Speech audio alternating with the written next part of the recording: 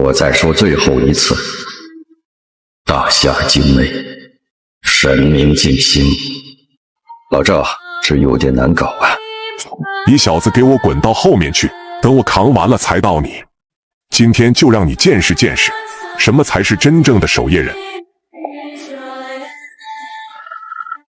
奶奶的，竟然敢无视老子！好快，时间铃启动。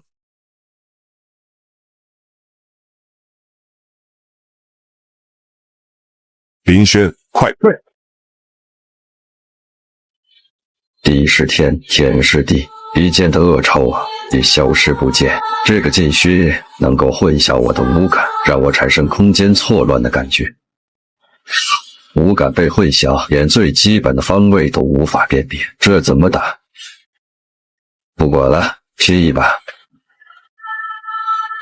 果然没猜错，雨水被挡住了。既然确定了方向，接下来就好办多了。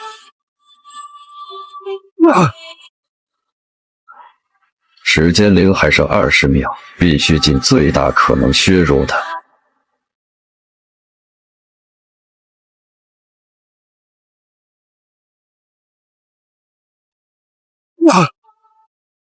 怎么样，小子，不行了吧？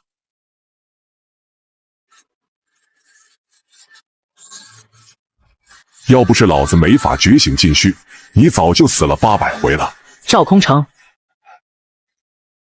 你特么大晚上不吃饭，跑出来溜达啥？给老子滚！这没你什么事。还有你林轩，一个个的都不让人省心，逞什么能啊？老子既然说我自己能打过，那就是能打过，用得着你一个刚加入守夜人的小辈来扛？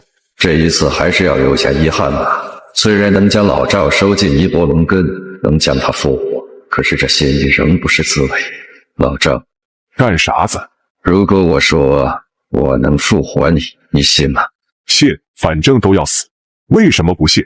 赵空城，你放我进去，现在的我很能打的。你能打个屁！一个个的都不省心，只有展镜，非要逞能。若暗夜降临，吾必立于万万人前。虽然没立在万万人前，但至少我能护住你们两个臭小子。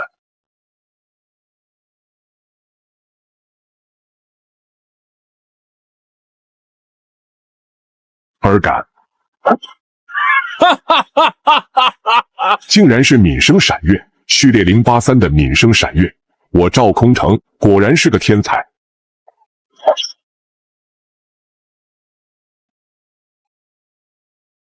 该死，疼痛与疲惫像是被放大100倍，老子可是承诺过的，不能食言啊！你是怎么进来的？无界空域确实硬，但幸好我有这双眼睛，也幸好这是黑夜。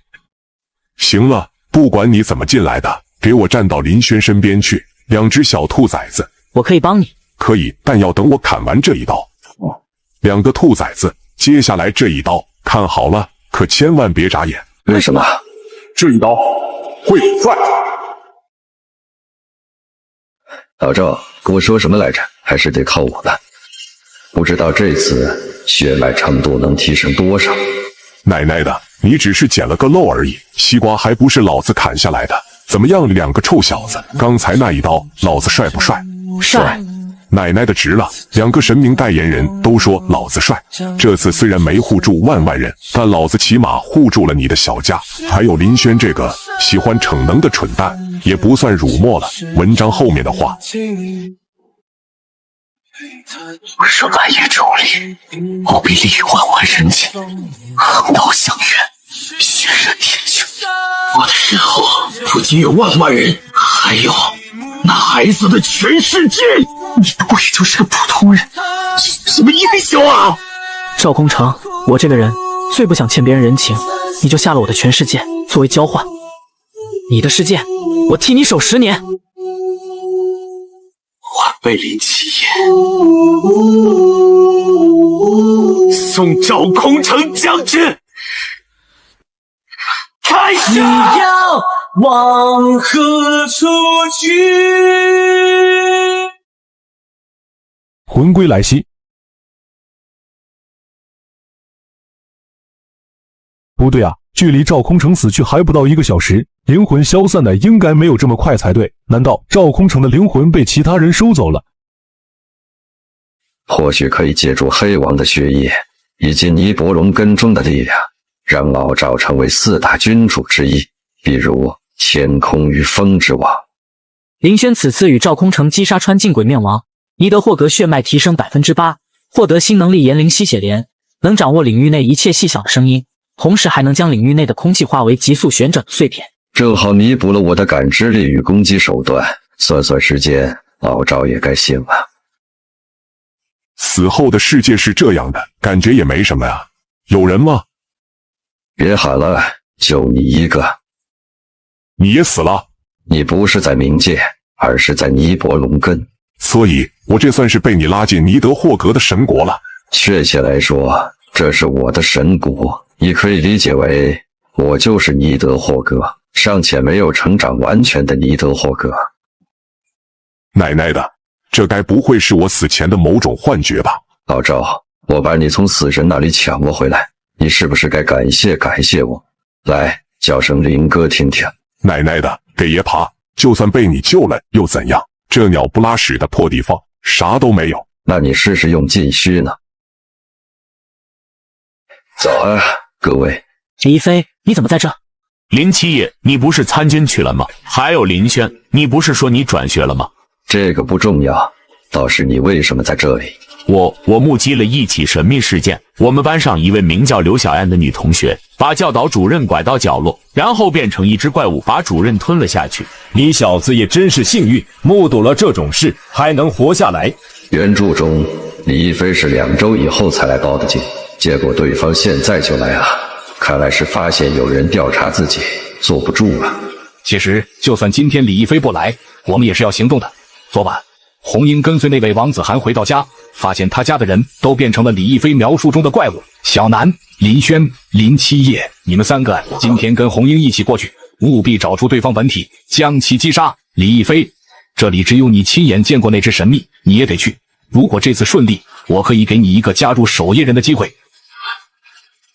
行动开始，按照原计划，林七夜你去接近刘小燕，我和司小南去教导主任办公室，林轩则以回来看老师的名义去检查老师，如果有情况，记得耳麦联系。我这边没发现什么，林七夜，你那边怎么样？单单我这一层就有3只，其中1只是刘小燕，另一只同样在这个班，叫韩诺诺，另外1只在隔壁班级，叫田丽。李一飞跟我说，隔壁班级那个被感染的女生，跟韩诺诺和刘小燕是一个宿舍的。林七夜，想个办法探查一遍全体师生的情况，希望总体感染人数不会太多，尽量低调解决。红英，你和小南去女生宿舍看看。对了，队长，李一飞是如何联系上咱们的？机缘巧合罢了。对方一开始是报警的，但警察认为他是在说胡话，没管。于是对方就想着找个事务所之类的帮忙调查一下，恰好碰上了咱们。这哪是机缘巧合啊，这分明就是南陀蛇妖有意引导第2人格去和平事务所，借此打入内部。队长，再过一会就是升旗时间，那时候我有机会探查所有师生。行，那就等到升旗的时候。队长，我这边发现了一张蜕下来的瓜皮，我怀疑对方是类似蛇的神秘。能够蜕皮，类似蛇，好，我知道了。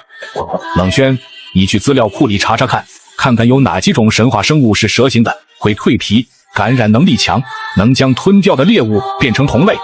红英，你和小南不要声张，等升旗时让林七夜去探查一番。林轩，你先原地待命，随时准备支援。情况不太妙，整个学校至少30多只神秘，其中大多数是女生，也有少部分男生。务必将这些神秘全部杀死在校园内，一个都不要放出去，出了事我顶着。林轩，我看到一大批女生往宿舍楼走了，你过去看看，如果发生战斗，帮一下红英姐他们。收到，红英姐，这些都是吗？应该是的。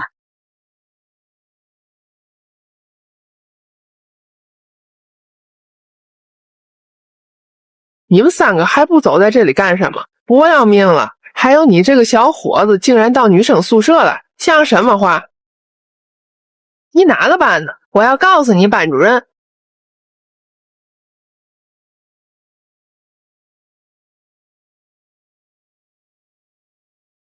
林轩已经查出这是个什么东西了。这种怪物叫做南驼蛇妖，来源于乡野传说。林七夜，你那边怎样？正在处理我在学生中的这些怪物，不知为何突然暴走。你那边如何？我正在追踪疑似母体的存在。你刚才说的怪物暴走，应该就是他搞的鬼。林轩怎么样？没办法，对方安排了一些子体拖住我，自己跑了。红英姐、小南，我去支援七夜，你们去负责一下在外面的这些学生。好，如果遇到南驼蛇妖的本体，不要自己上，记得叫我。林七夜，你那边现在什么情况？那些怪物正在走廊游荡，学生在教室里组织防守，一时半会对方进不来。你们那边怎么样？疑似母体的存在消失了，现在我也不知道对方究竟在哪儿。你小心些，我这就来支援你。这边怪物很多，你一定小心。园林，吸血莲，1到3楼已经搞定。林七夜，你没理由限制我们的人身自由，放我们出去。怎么了？林轩，既然是你，你是林七夜的同伙吧？你们现在这是非法拘禁，懂不懂？赶快放我们离开，否则后果自负。让他俩走吧。这可是你说的，不要反悔。怎么回事？走，跟上他俩。阿远，想不想做一些有意思的事？什么有意思的事？你猜？谁呀？他妈的有病吧？唐门年久失修，还请见谅。我要提醒你一下，不同生物之间可是存在隔阂的，你和他之间注定没有结果。男人看着对方拿着刀，不仅不害怕，甚至还对了回去。你在说什么屁话？男人说完后，重新看向女人时，心脏骤停了一瞬。在他脸前的是一张血盆大口朝他缓缓靠近，不似人类的尖叫在房子里回荡。而这时，提刀男子快速将女人踢飞，并捂住了男人的嘴，说道：“叫那么大声干嘛？赶紧滚！这不是你该待的地方。”原来这个女人是蛇妖的分身，需要不断的吞噬人类，为母体转化子嗣。这时，另一名提刀男子开口：“南驼蛇妖，我知道你的分身能跟我交流，不如咱们聊聊。”我和守夜人没什么好聊的，你们确实很强，但归根结底，你们两个只有长进。我只要在这里杀了你俩，种下蛇种，你们的同伴能发现吗？话音落下的瞬间，一只巨大黑影快速冲向林七夜，一声闷响，林七夜倒飞而出，重重撞在墙壁上。在他面前的，赫然就是南驼蛇妖的本体。红英姐，南驼蛇妖出现了，就在艺术楼琴房。我马上来，你们一定撑住，不要和对方硬抗，拖住就行。通过耳麦，林七夜能听到呼呼的风声。红英正飞速朝这边赶来。此时的红英明白林轩和林七夜此刻有多危险，自己必须以最快的速度赶过去。他不想再一次失去同伴了。同一时间，蛇妖向林轩扑去，而林轩反应何其迅速，身体瞬间朝一侧闪去。只见林轩原先所站的位置被砸出一个深坑，蛇妖没有任何停顿，继续朝林轩扑去，风息如暴风骤雨般袭来。一旁林七夜想开枪射击，小南驼蛇妖速度过快，与林轩缠斗在一起，难解难分，容易误伤。眼看南驼蛇妖就要将林轩逼入墙角，也就在这时，林轩动了，仅仅一瞬间，蛇妖被林轩斩成了3段，但林轩并未停下，而是拿着长刀，分别在脖颈、胸膛以及蛇尾各补上1刀。林七夜看看地上断成3截的南驼蛇妖，忽然就感觉到了人与人之间的差距。明明都是神明代理人，同样是赶进，林轩时间0-1开，对方都没反应过来，西瓜已经落地。林七夜羡慕了，但很快他就平衡好心理，毕竟承认别人强不是什么丢脸的事。忽然，一道身影宛如火焰流星，划过大地，快速来到2人面前。南驼蛇妖在哪？诺，就是地上那个，已经被林轩解决了。你解决的？这个蛇妖不知道我的能力，运气好而已。对了，明天新生集训就要开始了，你们2个赶紧回去收拾东西，这里交给我。说完，红英就向上级汇报任务已完成，而林轩与林七夜也各自回家。回到家后的林轩盘坐在沙发上，感受的血脉纯度已经上升到 20%。与此同时，还有一段龙文出现在他的脑海中。当他看懂之后，忽然一愣：蛮王之血，必以剑中。随着林轩说完这句话，他的身旁多了一个剑匣，还有他的新能力罪与罚。第二天，当2人抵达集训营时，林轩为了不破坏剧情原本的走向，选择与另一位重要人物曹渊作为舍友。就这样，2个神明代理人，一个百里家的小少爷，一个仅次于神虚的超高危禁虚，凑到了一块。很快集训开始了。都给我站好，像什么样子？我知道你们中有天才，也有家世显赫的二世祖，但在这里，你们什么都不是。你们是新兵，是废材，是垃圾，一点血性没有。那边那小子，你笑什么？教官一边望着正在偷笑的林轩，一边向前走去。只见林七夜、曹渊百里图明直接往旁边迈了几步，远离了林轩，仿佛在说我不认识他。林轩余光中看到这一幕，嘴角一抽：你小子这么玩是吧？报告教官，我不是不服，主要是林七夜刚才说了个笑话。林轩，你特么？什么笑话这么好笑？他说就算他是垃圾，也是垃圾中的战斗机。这时，所有人的目光都集中到林轩和林七夜身上，面色不善。林七夜也是死死盯着林轩，想刀一个人的眼神是藏不住的。很好，还垃圾中的战斗机，看一会儿你们两个还能不能这么说？除了这两人，还有谁不服？我不服，我不服，我也不服。声音一浪接着一浪，就在众人表达不服的同时，天空中出现了一把大锤，重被弹向地面。当看清来人时，所有人愣住了。既然你们不服，那我就给你们一个机会，从现在到晚上9点，竭尽所能，只要你们能揭下假面小队其中任意一人的面具，就算你们赢。只要你们能赢，这1年多集训可以直接解散。但是如果到了9点，你们依旧不能做到，就把你们那点骄傲给我扔进茅坑，服从一切命令。我知道你们会说他们境界比你们高，你们放心，这次比试他们会把自己的境界压制在斩境同境界下，对战你们240人，敢不敢？这可是你说的，什么时候开始？在他问出这话的瞬间，就见女人手中小锤突然变成几层楼那么高。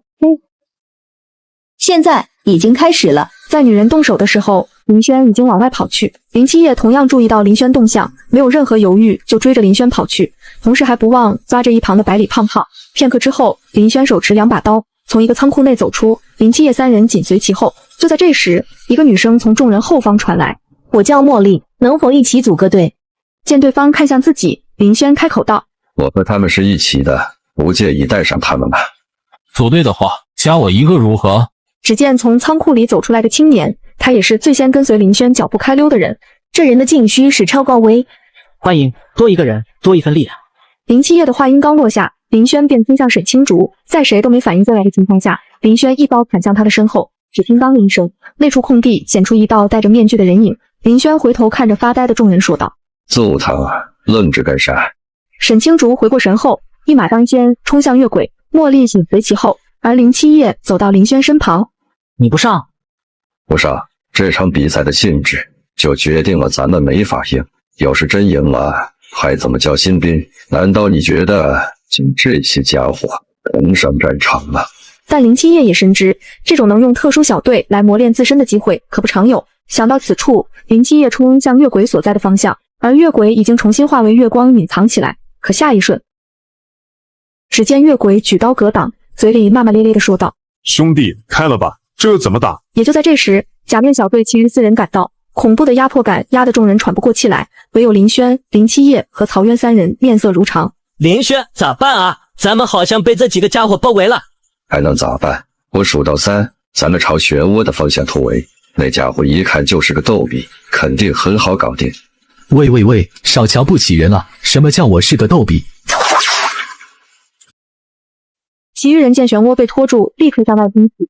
沈青竹在奔跑的同时，后方传来林轩的声音：“沈青竹，朝漩涡方向放个炮仗。”沈青竹立刻心领神会，在漩涡旁边就是武器库，他回头指向漩涡的方向。只见下一秒火光冲天，整个集训营都能看到。当林轩等人来到宿舍楼后，还没缓口气，就能倒塌。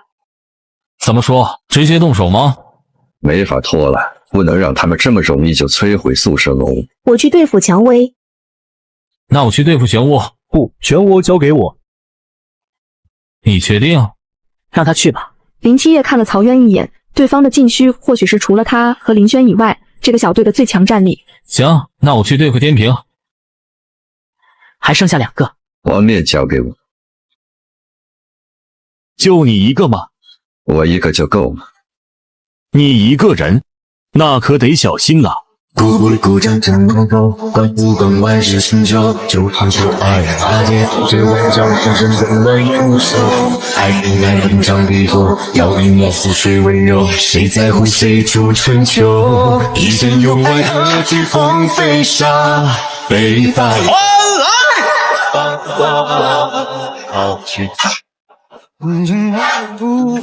老大，你不打了。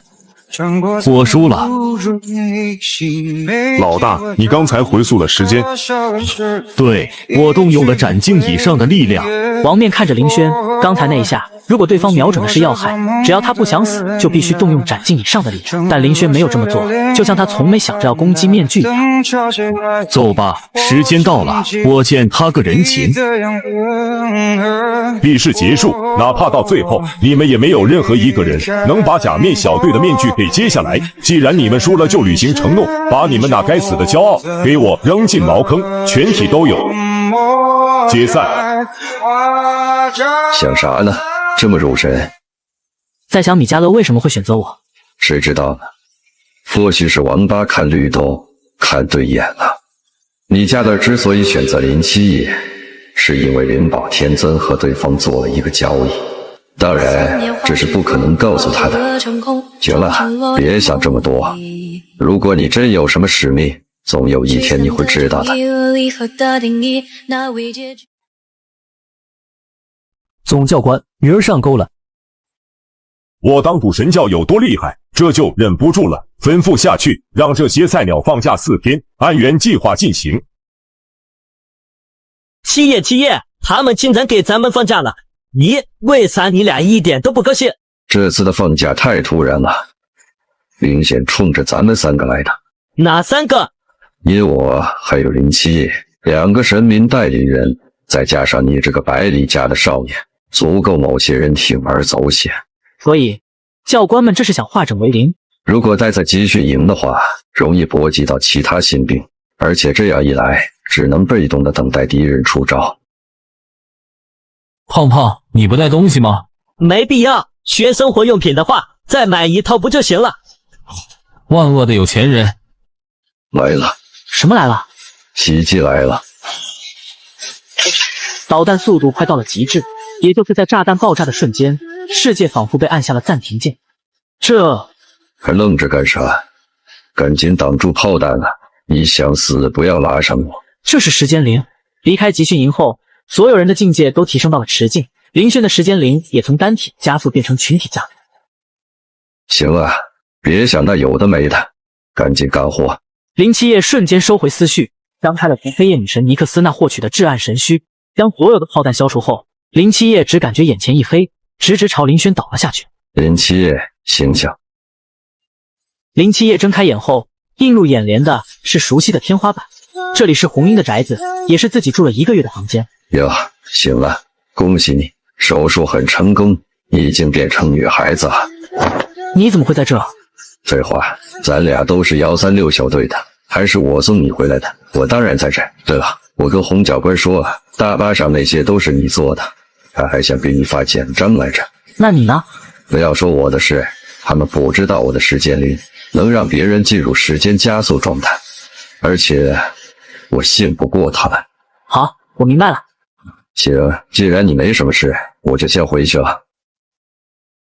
出了别墅，林轩通过吸血莲找到阴暗小巷中的老鼠，将提前准备好便签发给他们。而在实验室中的安鲫鱼看着便签上的内容，我想用我的血和你做个交易，我要所有敌人的位置信息，如果同意，就让老鼠来我的别墅。回到家后的林轩，不到1个小时，2只老鼠爬进别墅，出现在林轩面前。其中一只嘴里叼着便签，另一个叼着一根10厘米长的试管。便签上除了林轩的话，还多出一个好字。没有犹豫，林轩将装好血的试管递给其中一只，对方脉动小缓缓，迅速消失在眼前，另一只仍旧停留在原地。你只需要给我指路就好，从最好拿捏的开始。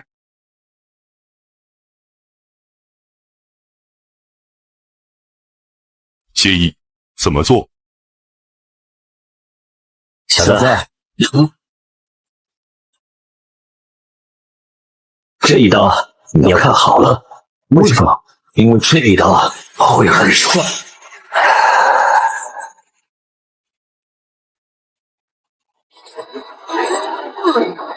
当你回家的绿暗照亮，围着悬浮在。这个靓仔仅看了一眼夜空，便瞎了10年，从此黑断禅目，被人当成了神经病。因为他看到月球上有一对神女，人类麻瓜自以为统治了地球，殊不知无数诡异伏伏在身边，还有那些无人问津的生物进去。阿诺，你在看什么啊？你说盲人怎么过马路？一般来说，盲人出门都有人照看，或者导盲犬引导。要是现代点的城市的话，马路边上也有红绿灯的语音播报。实在不行的话，或许能看声音和导盲杖一点一点挪过去。那如果既没人照看，又没导盲犬，也没有语音播报，甚至连导盲杖都用来淋花生油了呢？你觉得你很幽默？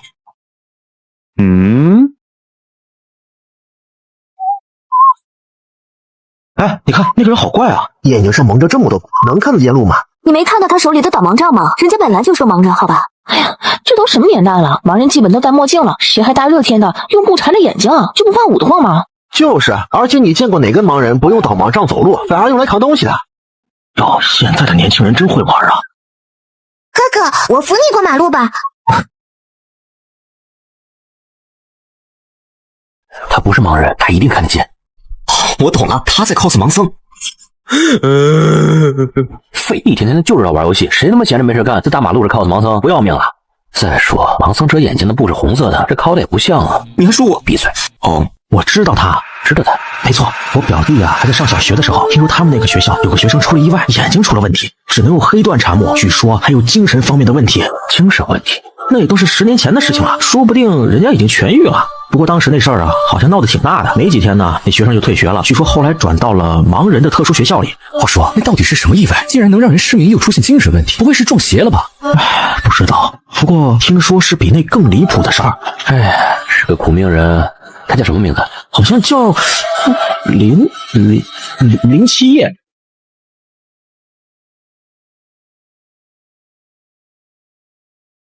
哎呦，小七，你怎么又一次性拎这么多东西回来呀？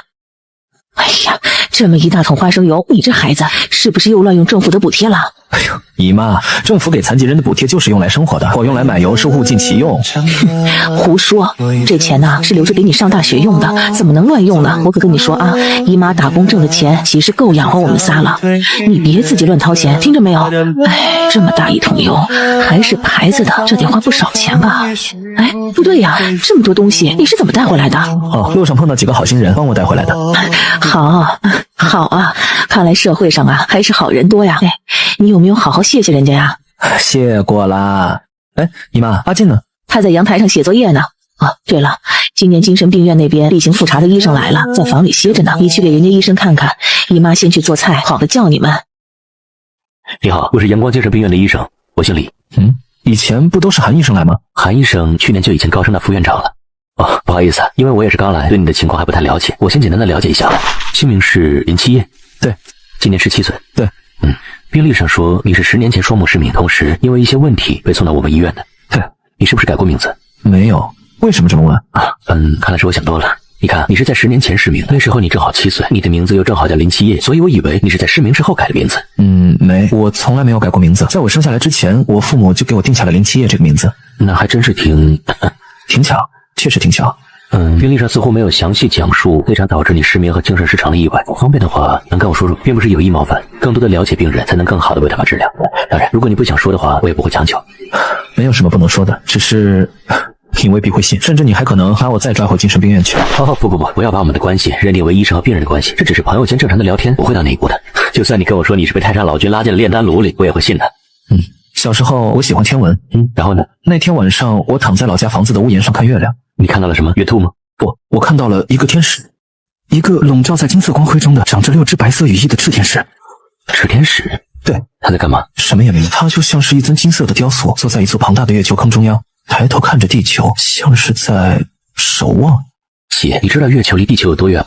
近40万公里。近40万公里，就算是用最先进的天文望远镜，也只能勉强看到月球表面的情况。而你在7岁那年，只是躺在老家的屋檐上，就用肉眼看到了月球上的天使。不是我看见的他，是他看见了我。我只是抬起了头，眼睛就像是我拖拽着穿过空间，与他对视。这么说，是他逼你的？算是吧，不然我怎么看见的月球表面啊？我又没有千里眼。可如果月球上真的存在着一尊天使，为什么这么多年都没有被人类发现？不知道，或许那尊赤天使不愿意被观测到，更何况人类真的了解月球吗？那你的眼睛呢？怎么回事？那天我与他对视了一瞬间，然后我就瞎了。你说的这些都是以前的事情，那现在呢？你对这个事情怎么看？都是妄想罢了。那天我只是一不小心从屋檐上滚了下来，脑袋撞在了地上。至于眼睛嘛，可能是某根神经受到了损伤，所以失明了。好了，复查就先到这里，你的病已经没有什么问题，希望你能调整心态，好好生活。哎呦，李医生，留下来吃个饭吧。啊，不了，我还有下一个病人要去看，就不打扰了。妄想吗？哥，吃饭了。来了。好你个小黑赖，平时懒洋洋的不动弹，一到吃饭的点来的比谁都快。3个人1只狗，这就是一个家了。简单并且有些艰难，却让人莫名的感觉安心。这种生活已经10年了。那赶快骨头给他。哦，哥，你的眼睛真的好的差不多了。现在已经能看见了，就是还不太能见光，这黑段还得再缠几天。哎呀，什么几天呢？小七啊，姨妈跟你说，眼睛这东西太重要了，就算你现在能看见了，这黑段也别着急摘，万一又被太阳晃坏了，那多可惜呀。咱们还是稳当一点，再多戴一段时间。知道了，姨妈。对了哥，我攒了点钱，给你买了副拉风的墨镜，以后拿给你看看。阿金，墨镜虽然能挡光，但效果可比黑段差远了，我现在还不能戴。哦，好吧。不过等我眼睛彻底好了，我就天天带着它去逛街，到时候也给你买衣服，咱俩一起啊。对了，小七，转学的事情姨妈已经给你准备好了，等这学期开始，你就能从特殊学校转进普通高中了。不过，你真的想好了吗？这普通高中和特殊学校可不一样，以你的情况，万一……没有万一，姨妈，我的眼睛已经好了，而且想要考上一个好的大学，我就必须要和其他人站在同一个起跑线上。哎呀，你这孩子呀，就算你考不上好的大学也没事，大不了啊，姨妈一直养着你。哥，我也能养你。回到房间后，林七夜关上房门，他的眉头微微皱起，他似乎努力想睁开眼，几滴汗水划过他的脸颊，这让他眉宇间浮现出一股怒意。就差那一点，为什么每次都差一点的？什么时候他才能睁开眼睛，亲眼看看这个世界？洗漱过后，林七夜便跟往常一样，早早上床准备睡觉了。但躺上床后，下意识的他脑海中又浮现出了那幅画面。又是这个梦，每晚都敲门，很累的好吧？莫名其妙的地方。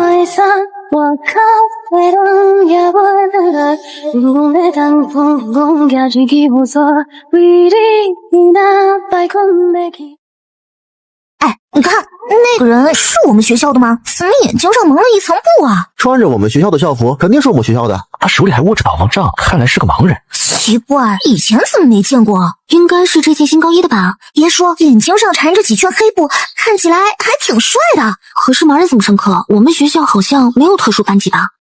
不知道。你就是林七夜同学吧？你的座位已经准备好了，在那儿呢。林七夜同学，你是不是看不见？我带你过去。同学，走慢点，走道上东西比较多。那谁，快把你书包收回去。这怎么跟剧本不太一样？林七夜同学，我是这个班的班长蒋倩，有什么事情可以找我。我叫李亦飞，去吃饭的话喊我一声，我带你去。还有我叫汪少，你们认识我？班主任跟我们说过你，不过最让我们印象深刻的还是你姨妈，那天她拿着一筐鸡蛋就站在这儿，一个个的给我们送鸡蛋，拜托我们照顾点你。同学们呐，帮帮忙，我那外甥眼睛不太好，性子又冷，你们多关照他一下啊。哎呦，小姑娘，你长得可真好看，我那外甥长得也可俊了，你一定会喜欢的。七夜这孩子呀，就是外冷内热，只要是跟他混熟了，你们一定会相处得很好的。姨妈。大家把书本翻到91页，今天我们来讲讲近代大夏的历史与困境。在100年前，地球上还拥有着200多个国家，分布在7大洲4大洋，风俗文化各不相同。即便是在那个科技并不发达的年代，我们依然能够乘坐船只前往不同的国家，感受相互之间文化的碰撞。然而，在3月9日的那一天，神秘的大雾突然凭空出现在了年纪中，然后以惊人的速度蔓延，在短短24小时之内，便吞噬了地球上接近98%的面积。人类打造的高楼大厦，亘古存在的原始森林，深不见底的海洋，一切的一切都被明日覆盖。无数的国家沦陷在泥泞之中，音讯全无。然而，这匪夷所思的明日在即将侵入大夏国土的时候停下了。没有人知道原因，但它就是这么古怪的停下了。100年间，无数的理论与猜想被提出。有人说，这种迷雾其实是一种生物，在吞噬98%的地球后，正好吃饱了，所以停在了大夏附近。有人说，是因为大夏所处的位置存在特殊磁场，阻碍了迷雾的蔓延。还有人说，这是我大夏5000年积累的底蕴会发挥作用，庇护了这方国土。这种迷雾的成分完全超出了人类的认知，无论是光线、声音、电波，还是其他探测手段，都无法穿透这种迷雾。没有人知道，在这片迷雾的背后，那些在100年前就被吞没的其他国家是否还存在。据专家推测，他们在迷雾中生还的概率极低，因为这种迷雾无论是吸入肺中，还是接触到皮肤表面，都是致死的。在过去的100年之中，我国曾派出无数装备齐全的探测队进入迷雾，但却没有一个人回来。50年前，我国第1枚卫星发射成功，从太空中传递回来的图片影像来看，整个地球已经变成了灰白色，只剩下了大夏一片净土。现在的大夏就像是这颗星球上的孤岛，而我们或许是这颗星球最后的生还者。因此，迷雾出现的那一天，也就是每年的3月9号，被称为生还日。其实我自己可以走回去，真的，我能看得见，只不过眼睛不太能见光。不用说了，林七夜同学，我们答应过你姨妈会照顾好你，就一定会做到。是啊，七夜，正好我们家在同一个方向，都是顺路嘛。我也顺路。说真的，现在林七夜更希望自己是被孤立的那个。在黑暗中待了太久之后，他并不习惯这种被太多人关心的感觉，这让他觉得别扭。当然了，杨静和姨妈并不算，那是他的家人。我前面那个路口要右转了，不过可以给你们再走一段。我这里就要转弯了，先走了，明天见。明天见。哎，你们说，那迷雾真的会再次复苏，吞掉大夏吗？你没听那些专家说吗？迷雾复苏的概率很小，或许最近100年都不会有所变化。至于100年之后怎么样，反正那时候我们也不在了，操心那么多干嘛？嗨，又不是不知道，那些个什么专家说的话最不靠谱了。万一我们好不容易考上了大学，还没好好享受生活，迷雾就把整个大夏给吞了，那岂不是亏炸？所以这就是你现在天天混日子、不专心学习的原因。我可得提醒你，王老师已经说过了，要是你这次考试再拿最后1名，你就把桌子搬到讲台边上去了。知道了，知道了。不过我倒确实不觉得那迷雾能再度复苏。说到迷雾不过是一种自然现象罢了，在达到一定临界程度后就会逐渐消退，就和冰河时代一样。当冰川覆盖大地之后，随着温度的回升，就会慢慢消退，随之而来的将会是一个新的时代。我知道你说的这个好像是叫自然灾害论吧，现在认可度还挺高的。那如果这迷雾并非是一种自然现象呢？姐，你不会真的相信那些所谓神学家的言论，认为这迷雾和超自然力量有关吧？都21世纪了，我们要相信科学的。世界上没有那么多神神鬼鬼的东西啊！我倒是觉得，如果真有那些东西，世界应该会更有趣一些。扯这么多没用的干嘛？这些事情也不是咱们该关心的。与其在这里纠结迷雾会不会复苏，还不如等到生还日3天假期的时候，都是点懒觉来的现实。对，假期才是最实在的。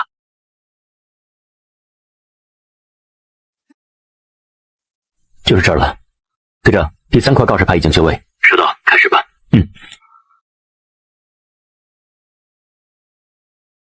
继续。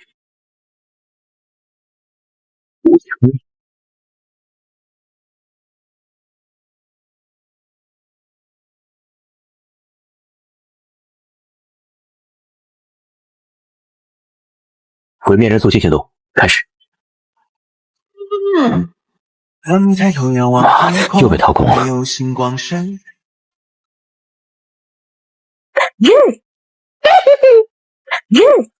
兄弟，怎么大半夜坐这玩手机，不怕屁股着凉吗 ？Excellent， 没事做，闲得慌。上班时间不抽烟。嘿，你蹲着马路上玩手机，这也算上班？行吧。你去哪儿？回家。你不能回去，至少现在不能。你什么意思啊？这条路现在不通，等它通了，你才能回去。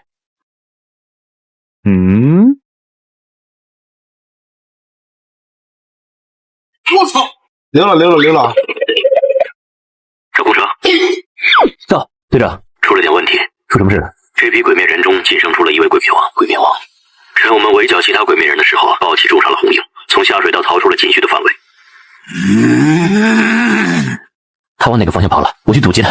不，工程，你不擅长战斗，赢不了鬼灭王的。他要我去追。那我在鬼灭王离开之后，又有2只鬼灭人趁机逃窜进入了下水道，其他人正在肃清剩下的鬼灭人，脱不开身。往哪个方向？东南。好。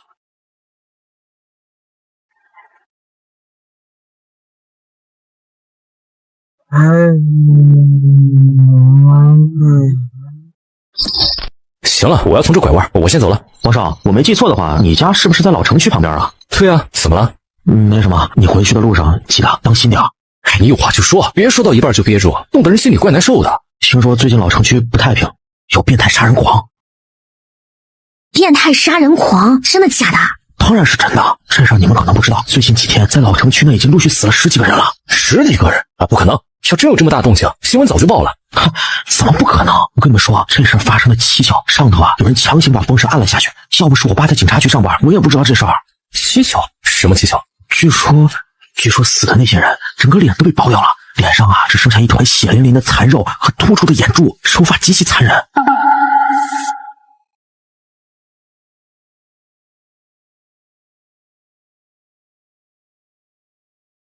李一飞，你是不是有病啊？大晚上说这些。你确定这些事是人做的？姐，你也这么觉得？闭嘴闭嘴闭嘴！大半夜的就不要讲鬼故事了，一会儿我还要回家。这可不是鬼故事。嗨，不跟你们在这扯淡，我反正是不相信这些牛鬼蛇神的东西。走了。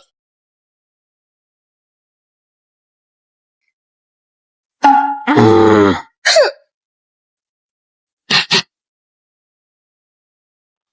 你们有没有闻到臭味？臭味？就是那种有什么东西腐烂的臭味。我没闻到。刘远，你呢？我也没。林七夜顿了顿，正想说些什么，一股恶心至极的臭味从他的鼻腔灌入。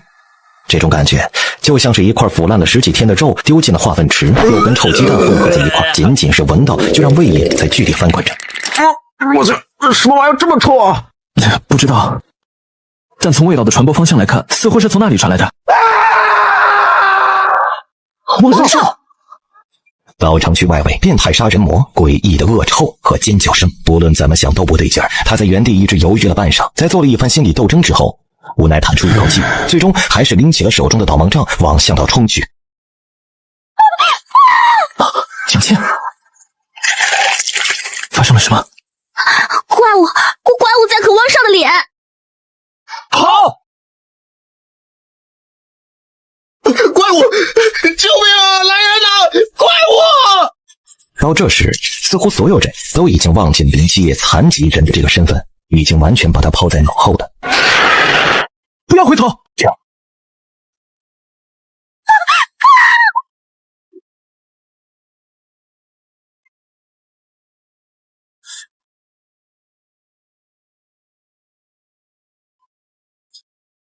妈的！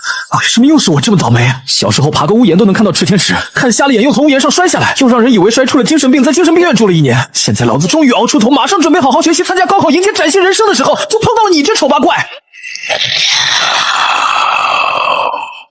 别人一辈子都碰不上1回，老子一下碰到2个，就离谱！妈的，老子不怕你！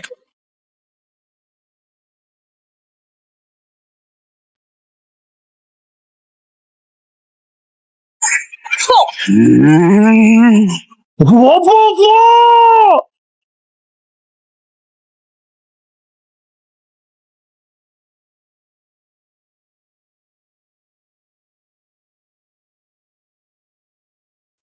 好亮啊！那是什么？是哪里失火了吗？怎么可能嘛？失火哪有这么亮啊？而且我们苍南市根本没有这么高的建筑啊！快，拍下来发朋友圈。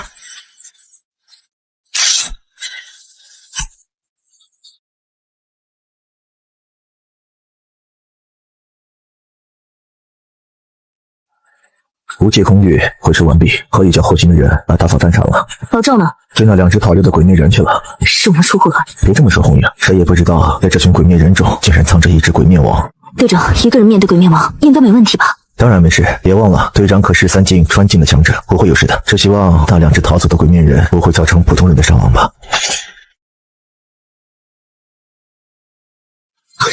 有禁区出事了，之后能量波动强得离谱。这至少是5境无量境的强者，甚至可能是6境克莱因。小小的苍南市怎么会引来如此强者？不，这不像是人类的禁区。你是说，这像是生命之血，也就是神血。哪位神明？炙热、神圣、强大，还有这创世气息。如果我没猜错的话，这应该是神明代号003，天使之王聂家乐。炽天使的气息与神威正疯狂地从他双目中涌出，他的双眸就像2个燃烧的太阳，仿佛要将一切融为虚无。他的双眸中那璀璨的金光已经逐渐暗淡，直到最终只留下了一道淡淡的金晕。先前爆发的那种强悍金芒毕竟是不属于他的，现在蕴含在其眼底的金晕是真正由他掌控的一缕微弱的炽天使之力。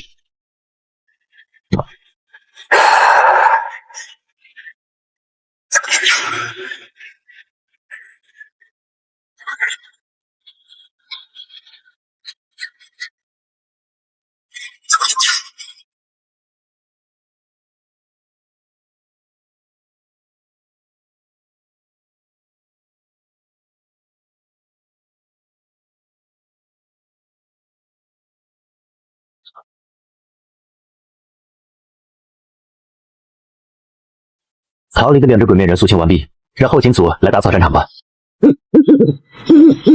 我刚刚帅吗？啊，帅就对了。想变得跟我一样帅吗？不想。为什么？容易死。可是你刚刚也看到了，你拥有寻常人梦寐以求的超自然能量，你就不想像电影里那样当个超级英雄？不想，因为容易死。对，这样吧，这里不是说话的地方，再换个地方，我们好好聊聊。对了，我叫赵空城，我不是坏人。林七，哎，我相信你啊，你在这等我，我去拿一下书包，我学习资料还在里面呢。啊，去吧。妈的，老子可是把浑身解数都使出来了。之前咔咔咔那几刀，显然不要太潇洒。跟队长对练的时候，老子都没这么拼命过。说起来，还不知道队长怎么样了。鬼面王可不好对付呀。妈的，这小子居然跑了！哥，你今天怎么回来这么晚啊？你的导盲杖呢？路上遇到点事情，一不小心弄丢了。早在回来之前，为了避免自己的家人看到太阳穴旁的伤疤，他就把半截黑缎又缠了回去。不过导盲杖倒的确是断了，与其把导盲杖拿回来让家人担惊受怕，还不如直接丢掉。啊，没事，丢了再换一个就好了。事情解决了吗？解决了。姨妈还没回来，妈妈今晚是夜班，明早才能回来。好吧，作业写完了吗？还剩一点点。初中就布置这么多作业，真是变态。没事，要是累就不写了。老师要是骂你，就跟哥说，哥去跟他理论。很快就要写完了。我有点累了，先去睡觉。你写完了也早点睡啊。好，哥，真的没什么事吗？没事儿，早点睡啊。哦，对了，牛奶在冰箱里，明天要是起得早的话，自己热一下。知道了，哥。晚安，晚安。你也感觉到了他的身上有血腥味儿。哎呀，还是不肯放过我，醒着打怪物，睡着了还要来敲门，命苦啊！什么鬼啊？我还没敲呢，怎么就开始震了？以前不是这样的。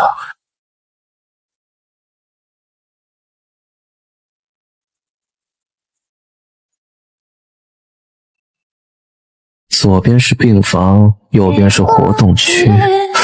这布置怎么跟我当年住过的精神病院一模一样啊？这里不一样了。看着面前这些诡异的房门，林七也陷入沉思。在梦境中，这所精神病院里只有病房区，与他记忆中的阳光精神病院不同。那么，在这些病房中，是否真的住着病人呢？又或者，真如这所精神病院的名字，里面住着的是什么？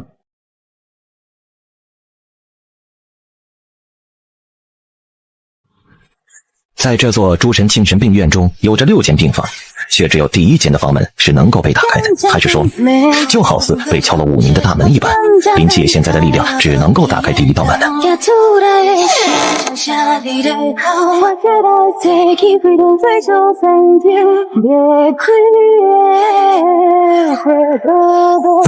你好，我是林七。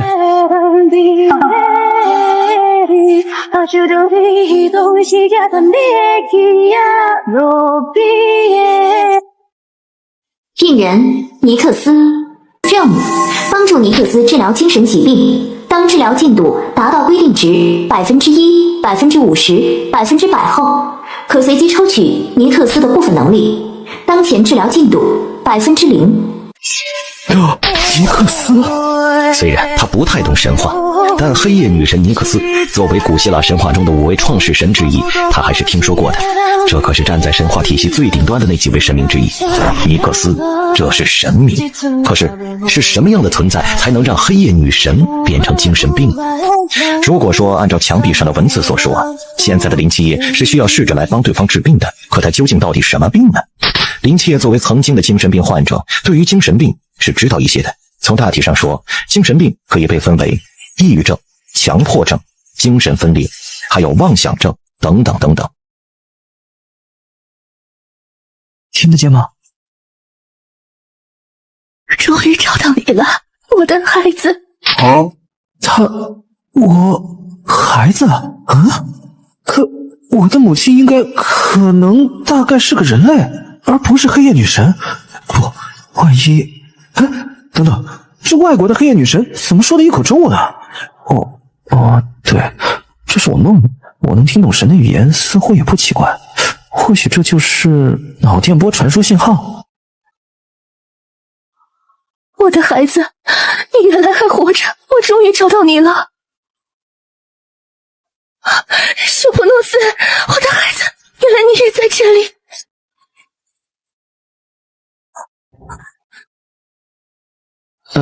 我觉得我大概知道他病在哪儿了，病得不轻啊。清晨，林七夜悠悠地从梦中醒来，在他的脑海里，他与病院之间似乎有了种紧密的联系。在一阵试探之后，他发现现在他不需要入睡，也能够随时随地把意识投入到精神病院里。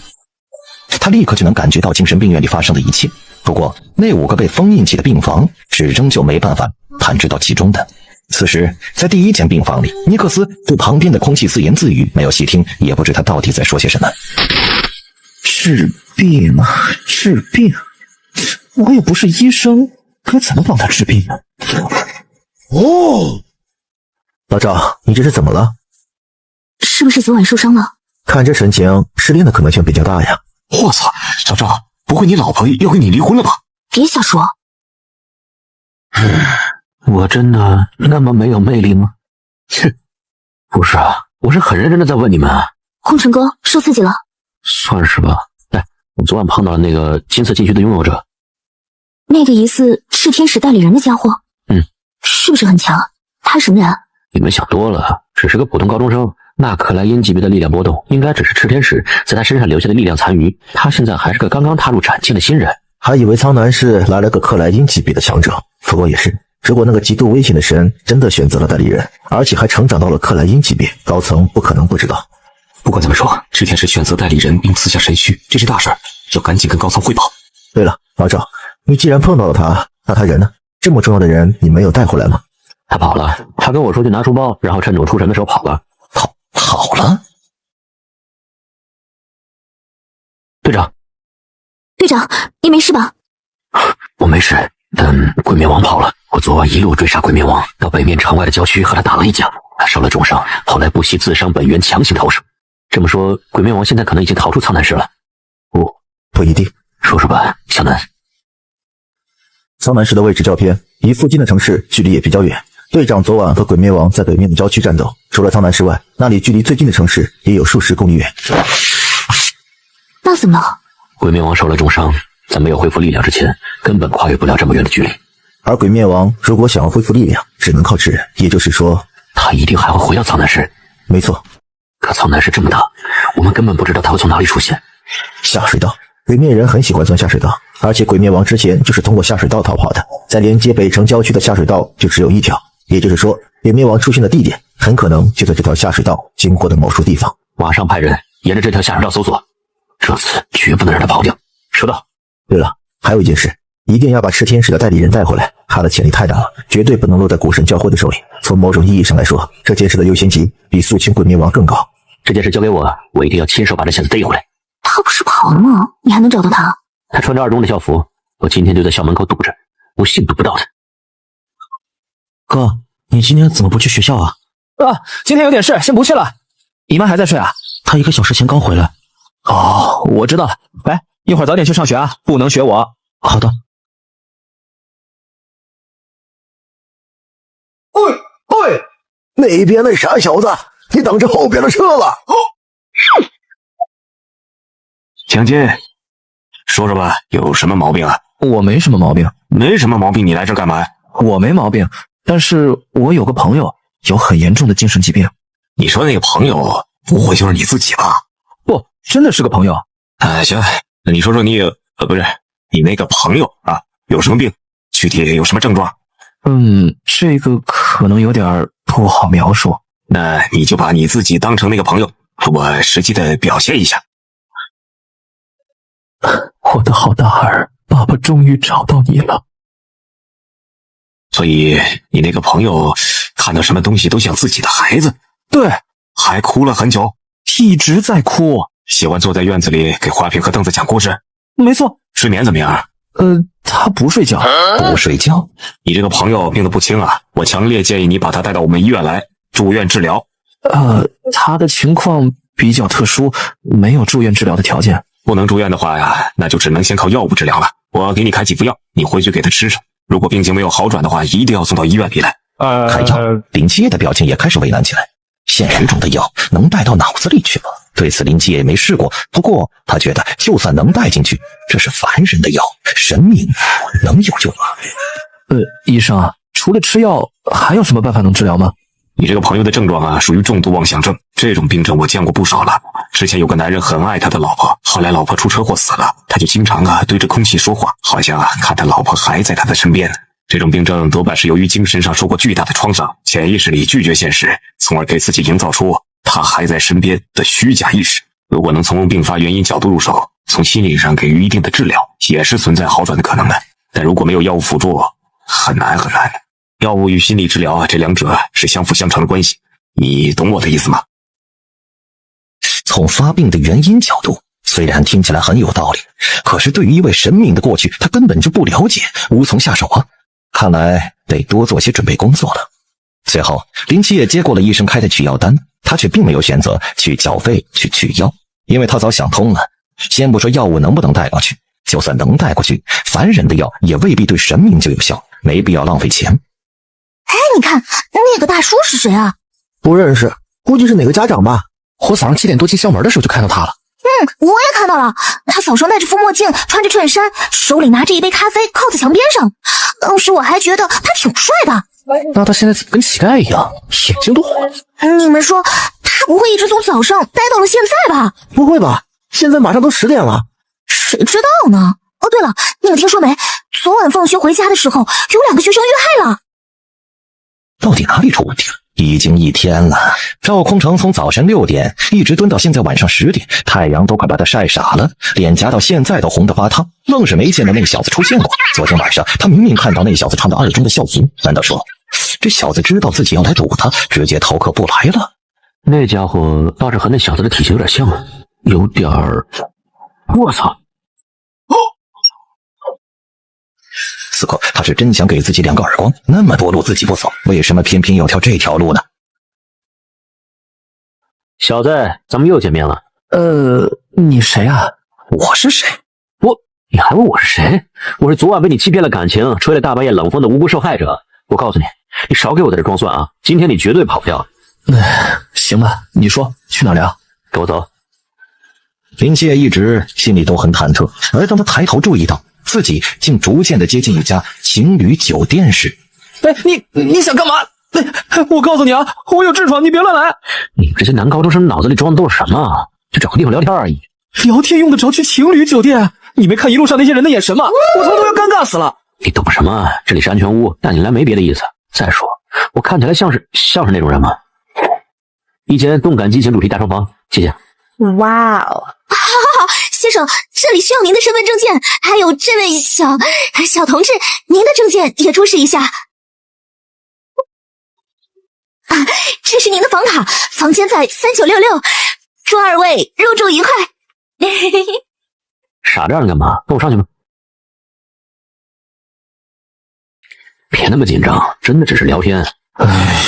你想跟我聊什么？当然是聊聊你呀。林七夜，男，17岁，单身，身高175，体重……你知道我说的不是这个，我说的是你的眼睛。你见过米迦勒了？他为什么找你？他和你说了什么？你现在能用禁区用到什么地步了？你的问题太多了。也是啊，现在的你心里肯定有很多疑惑，那就让我先来替你解答。想知道什么就问吧。这个世界上真的存在神话中的神明吗？存在，但并不是所有的神都存在。什么意思啊？你觉得神话是什么？是古人的精神寄托，是对大自然未知力量的恐惧与幻想。你说的没错，直到100年之前，所有人都是这么认为的。100年之前？没错，在那场迷雾出现之前，这个世界上从来都没有出现过神明的踪迹。然而，自从那场覆盖地球的迷雾出现之后，一切似乎都不一样了。1922年9月，也就是迷雾出现的后一年，大夏派对的某一支迷雾探测队在马里亚海沟观测到了一只缓慢飞行在天空中的超大型巨龙，那是人类历史上第一次观测到神火视野。经过研究考证，那条龙是圣经中的混沌之龙密利海，传说是上帝制造的生命。这条巨龙的发现直接颠覆了整个大夏高层的认知，他们意识到，从这场大雾开始，世界已经与曾经截然不同。当时的迷雾刚刚出现，整个大厦都陷入了恐慌。高层为了国家稳定，隐瞒了这次探测的结果，而混沌之龙利维坦作为人类观测到的第一个神话生物，大厦高层将其代号变为001。后续的探索过程中，又陆续出现了部分神话生物，便继续写下编号。你所见到的赤天使米迦勒，便是1928年人类观测到的第3只神话生物，代号003。1928年，那时候我们还没有掌握登月的技术吧？他们是怎么找到在月球上的赤天使的？不是我们找的他。1928年3月，一束金色剑芒从月球发出，穿过宇宙，将距离这座火山夷为平地。直到那时，我们才知道月球上还存在着一尊神明。北美那里有什么？后来，我们的探测队花了1年的时间抵达了那座火山，在一片废墟之中，发现了被封印在神墟之中的004号神明——堕天使路西法。路西法。所以你是说，从那场迷雾出现之后，神话中的神明就莫名其妙的陆续出现了？没错，高层一直在探究这件事情背后的原因，推测出了2种可能。第一种，这些神本身并不存在，但是当迷雾出现之后，某种神秘的变化产生，将他们从神话中具现了出来。第二种，神话并不是古人的幻想，而是真实存在的。在人类越发活跃之后，他们因某种原因潜伏在地球某处，而迷雾的出现则唤醒了他们。那你刚刚说的并不是所有神都存在是什么意思啊？现在存在于地球上的神明数量并不多，并不是所有的神话生物都降临于此。现在出现的仅仅是诺大神话体系中很小的一部分。我们不知道为什么是他们，与强弱无关，与故事传播度无关，与善恶无关，与国界无关。他们的出现似乎并没有规律，就这么随机的产生了。不仅是圣经、希腊神话、北欧神话、克苏鲁神话，在人类现在已知的神明之中，涵盖了所有神话体系。既然是所有的神话体系，那我们大夏的神呢？比如齐天大圣、三太子、四大天王、玉皇大帝，他们在哪儿？如果他们存在的话，那一定能将西方神话吊起来打吧？你想的这些，我们也都想过。这100年里，我们无数次的在大夏国境内探寻，试图寻找他们的下落，可整整100年我们都没有找到，哪怕只是个土地公公都没有。有人说，这是因为迷雾还没有吞掉大夏，所以大夏的神话不会出现。也有人说什么？也有人说，他们一直在。你觉得为什么整个地球都被迷雾吞噬，只有大夏幸存？那迷雾已经来到了大夏周围，但就是被挡在国境线旁，寸土不得进。哦，你是说这只是一种猜测，或者说是一种美好的幻想。不管怎么说，我们都没有发现过大夏神明的踪迹。哦，好吧。那昨晚从我身上发出来的金色光柱是什么？继续，在迷雾笼罩地球后，发生的变化并不仅限于神明的出现，这些迷雾对我们的人体似乎也有神秘的作用。虽然这些迷雾没有进入大夏的疆土，但它的内部似乎蕴含着某种类似于辐射的能量，对部分人的身体有催化作用。在迷雾降临后出生的孩子，有概率在体内产生一种奇特的能量，经过某种特定环境的影响，这些力量便会被激发，从而形成一种能够影响现实环境的特殊力量，就像是领域一样。这些力量的特征因人而异，各有不同，而这种能够通过自身影响周围的超凡领域，就被称为禁虚。这种禁虚是不是能够成长啊？是的，禁虚的能力、范围、特殊性都会随着主人的精神力增加而增加。精神力是影响禁虚强度的重要标准。通过精神力，我们将禁虚分为6大境界。精神力如杯盏之水，少而不动，被称为第1境，盏境。精神力如池塘之水，多而不动，被称为第2境，池境。若如川流之水，多且流通，被称为第3境，川境。若如海洋之水，浩渺广阔，被称为第4境，海境。若精神力几乎无穷无尽，浩瀚磅礴，则是第5境，无量。若精神力取之不尽，用之不竭，打破空间维度，类似克莱因频，则是第6境，克莱因。那我呢？我现在是什么境界啊？你现在就是个斩境，只是个刚刚能够使用禁虚的新人而已，只能算是个稍微厉害点的普通人。这不对吧？这么看来，他昨天晚上之所以能够打开脑海中精神病院的大门，应该就是因为自身突破进入了斩境。那是不是意味着之后他每突破一个新的境界，就能再度放出一个病人呢？那你呢？你这么厉害是什么境界啊？我本身没有禁虚，自然就没有精神力。你没有禁虚？那你是怎么杀的那个怪物啊？那东西叫鬼面人，我杀他只是凭借多年的训练以及丰富的战斗经验。在加入守夜人之前，我是个特种兵，精通近战的那种。想获得禁虚有3种途径，一种就是我刚刚说的，只有一小部幸运儿能够生下来就拥有使用禁虚的天赋。第2种则是借助拥有禁虚的物品，并不是只有人能被迷雾影响拥有禁虚，某些物品机缘巧合之下也会拥有禁虚。这种禁虚一般极其特殊且罕见，如果人类能够驾驭它们的话，也能够使用禁虚的力量。我就属于这第2种。不过我拥有的禁物并不是攻击类，而是守夜人特有的制式辅助类禁物告示牌。它的作用只有一个，就是张开无界空域。无界空域，一个能够隔绝域内与域外的禁区，能够防止我们与敌人的战斗影响到普通人。每座城市的守夜人都会配备3个能够施展无界空域的告示牌，由1人执掌，因为一般不正面参与战斗。我们这类人也被称为守望者。也就是说，你就是个放风的。不会说话你就少说几句啊。你刚刚说获得禁区有3种方法，那最后一种呢？最后一种就是神明赐予，也就是你这种情况。有些神明会将自身的部分力量给予被他选中的人类，让其成为自身在人间的代理人。这种由神明赠予的禁区也被称为神虚。不过相应的，在获得力量的同时，代理人也会收到来自神明的指示，有的是毁灭人类社会，有的是守护人类社会，有的是去帮神明寻找某种东西。总之，一般情况下，一位神明的代理人只有1位，而他就代表着神明的意志。目前出世的那10几位神明代理人，大多数都是试图毁灭人类新秩序，让世间重返混沌的恶神代理。他们自创了一个组织，名为古神教会。善良神明的代理也有，但数量极少。至于中立神的代理人有多少，我们就不得而知了。林七爷，米迦勒给你的指示是什么？你属于哪一方？啊，我不知道啊，他没说。他什么都没说，你也没在心底听过他的声音？没有，真没有。按我们推测，米迦勒应该是属于中立或者善良阵营，要不然我们早就把你杀了。不过他既然把神谕给了你，为什么有什么话都不说呢？他究竟想做什么？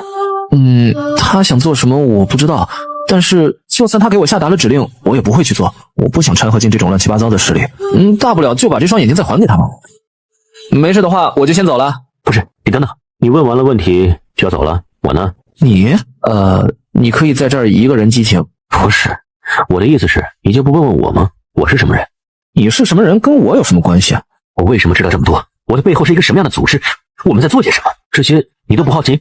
我好奇，为什么？按照影视小说里的逻辑，我一旦知道了你们的存在后，只剩下2种选择，要么就加入，要么就变得永远也泄露不了秘密，比如被杀、被关、被洗脑。你他妈少看点电视吧！再说了，你都不了解我们，你怎么知道加入我们不是个好选择？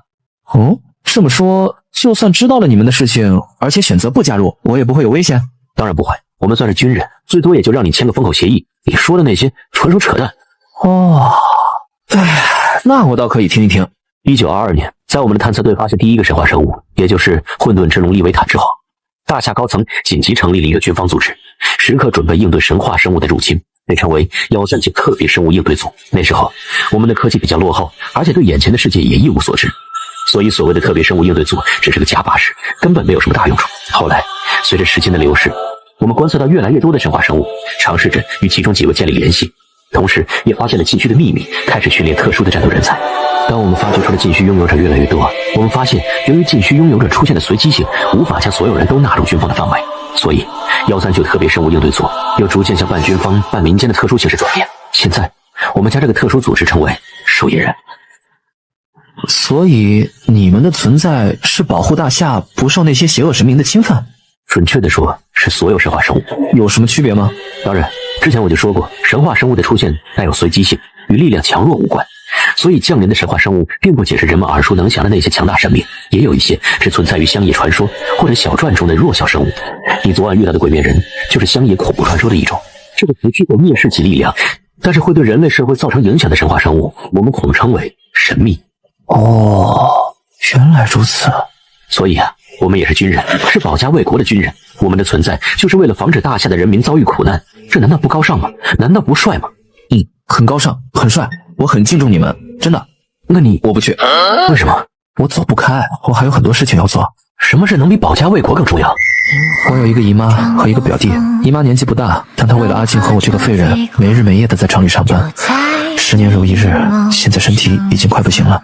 她这个人啊，很倔强，明明自己在客厅的凳子上揉颈椎揉的眼泪都出来了，还要嘴硬说自己在做瑜伽，很养生。我就坐在她对面，她以为我看不见。他活得太小心，也太累了啊！我那个表弟很聪明，很孝顺，可惜他还太小了，承担不起这个家。我还有很多事要做，我要挣钱养家，我要给姨妈和表弟买个大房子，我要让姨妈再也不用回到那个黑工厂受苦，我要供我的表弟读大学，我要让他和姨妈一起过上好日子。这10年，他们没有放弃过我这个拖油瓶，现在我终于好了，又怎么能抛下他们？你们很崇高，很伟大。如果条件允许的话，我或许会加入你们。但现在的我，只想踏踏实实的待在他们身边，守护这个家。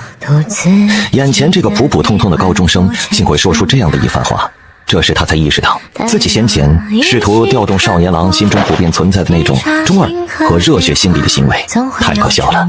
面前的林七夜绝不像普通的高中生。谢谢你告诉我这么多事，保密协议我会签的。他知道这个少年究竟意味着什么，他也知道自己身上背负着把这少年带回去的使命，可他却做不到。小七啊，你终于回来了。哎，你今天怎么没穿校服啊？姨妈，今天早上起得急，忘记穿了。哎呀，你这孩子不穿校服，老师不会骂你吗？就说了2句，没事的。哎，小七啊，你刚转到新学校，不能给老师留下坏印象，做事呢要仔细一点啊。知道了，姨妈。在学校和同学们相处的怎么样啊？他们没有排挤你吧？没有啊，我们相处的挺好的，他们还送我回家，我也送了他们一程。哦，那就好，那就好。我回房间了，姨妈。早点睡啊。这个世界比他想象中要复杂太多，不过这和他没多大关系就是了。这是若暗夜中灵，吾必立于万万人前，横刀向渊，血染天穹。哦，好气魄！这是赵空城自己写的，还是他们守夜人的训言了？看他样子呆呆的，不像是能写出这种话的人啊。为了更好地带入精神病医生这个角色，林七夜特地在院长办公室找到一套白大褂。据林七夜统计，尼克斯的子女至少有20多位，因为太过思念自己的孩子，从而他才会把这些奇怪的东西都当成他的孩子呢。可如果是这样，他的子嗣身上又究竟发生了什么，才会引起他如此强烈的反应呢？修普诺斯，别急，你哥哥很快就会回来了，他只是贪玩了一会儿。达纳杜斯这孩子从小就爱惹麻烦，等他回来一定要好好教训他。可3000年了，为什么还没回来？想要治好他的病，必须要从根源入手。母亲，我回来了。欢迎回来，达纳杜斯，我的孩子。尼克斯治疗进度3%，已满足奖励获取条件，开始随机抽取尼克斯神格能力。夜空降临，暗淡之眼，陨落千星，烈星术，暗夜闪烁，黑夜眷属，超凡生育。超凡生育，这也是能力。自己如果抽到这能力，是不是就能生一堆神仙出来？星夜舞者，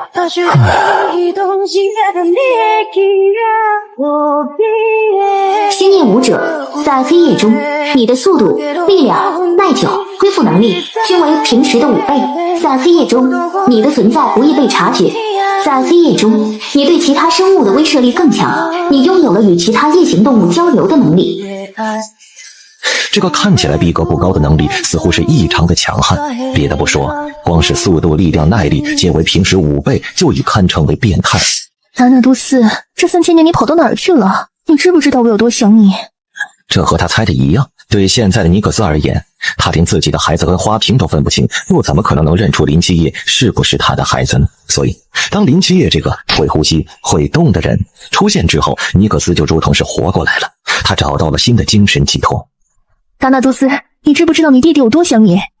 快抱抱他。福派定纯，这名字可有点耳熟了。哎，我这就就回。他早该想到的，这里是给诸神治病的精神病院，既然是病院，自然有储藏药物的房间，而且里面的药物都是针对神灵体质的特殊药物。这么一来，事情就变得简单了太多。这个是每天1次，1次2粒。还有这个是每天3次，1次1粒，要记得吃啊。算了，每天到时候我来喂你吃吧。哎，姨妈，怎么这么早就要去上班了？啊，工厂里又来了一批新零件，要我们赶紧加工。姨妈先走了啊，你继续跟你弟弟吃早饭，记得千万别迟到。哦，好。姨妈，啊，怎么了？没什么。等你回来，我告诉你个好消息。这孩子还跟我打哑谜呢。那行，姨妈现在赶时间，晚上跟我说啊。突然，他猛地抬起头，像下定了某个决心。姨妈，我能看见了！你再说一遍。我能看见了，我好了，姨妈。能看见了吗？真的？真的。模糊吗？有重影吗？疼不疼？照到光还会不会刺痛啊？没有，都没有，姨妈，我真的好了，姨妈。好，我们家小七啊，终于熬到头了。小七啊，姨妈该去上班了。今天晚上姨妈回来的时候多买点菜，咱们一定要好好庆祝一下。谢谢姨妈。那姨妈先走了，你好好去上学啊。事实上，他本想等姨妈晚上回来再正式的宣布这件事的，但他又忽然想到，在那些电影或小说里，立下这种 flag 的人一般都没有什么好下场。他不想让姨妈出事，哪怕这种推断仅是莫名其妙的玄学逻辑，他也不愿冒这种险。哥，恭喜你！这下子啊，你送给我的墨镜终于可以派上用场了。吃饭吧，哥，晚上等妈回来再吃好的。好。你是林七夜，他的眼睛好了，肯定是好了，他都能看东西了。他的眼睛好漂亮，不要这样。之前怎么没发现他居然那么帅？我本来就能看见，只不过眼睛不能见光。昨天去了趟医院之后就好了。而在这喧闹的教室里，却有2个人显得格格不入。刘远坐在角落里低着头，脸色显得无比尴尬。他清楚地记得那天的自己忙着逃命了，用力地撞了下林七夜。而等逃出升天之后，他觉得林七夜是个盲人，绝对无法从怪物手下逃脱。心里虽然愧疚了一会儿，可也没太放在心上了。他怎么都不会想到，死的不是林七夜，居然是蒋倩。林七夜活下来了，而且他的眼睛是怎么好的？一时之间，刘远都说不清楚自己到底什么心情，其中有尴尬，也有些愧疚，甚至有点沮丧，是不是遗憾呢？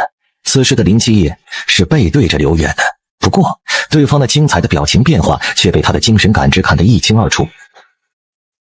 七爷，那个能不能跟我出来一下？我有些话想说。对不起，七爷，真的对不起，当时我实在是太害怕了，我没想那么多，我就直接跑了。我把你和蒋倩留在了原地，还害得他。我不指望你原谅我，但我们毕竟是同学，我还是希望能跟你道个歉。对不起。遇到危险先逃命，这是人之常情，没什么问题。而且如果当时换作是我只会跑得比你更快。对了，你是不是也签了那个保密协议？虽然此时的他并没签，不过这只是迟早的事。如果跟李一飞说自己并没签，这反倒给自己惹来了麻烦。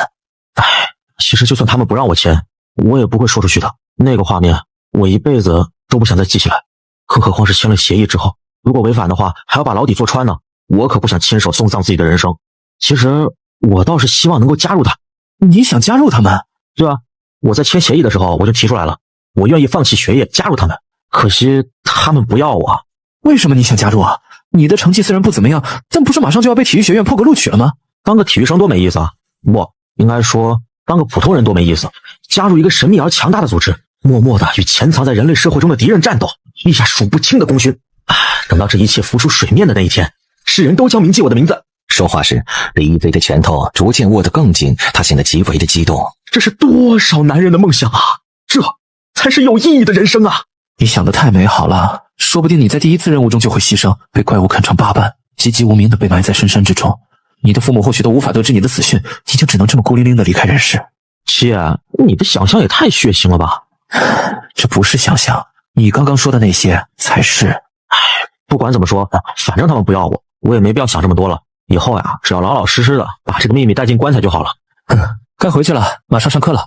林七也可以感觉到，和之前相比，李一飞的状态明显放松了许多。看来他对于林七和蒋倩的内疚的确给他带来了极大的压力。同样是逃跑，李一飞和刘远又是一种不同的选择了。不过让林七也没想到的倒有一点，就是守夜人他们的权限似乎真的高到离谱。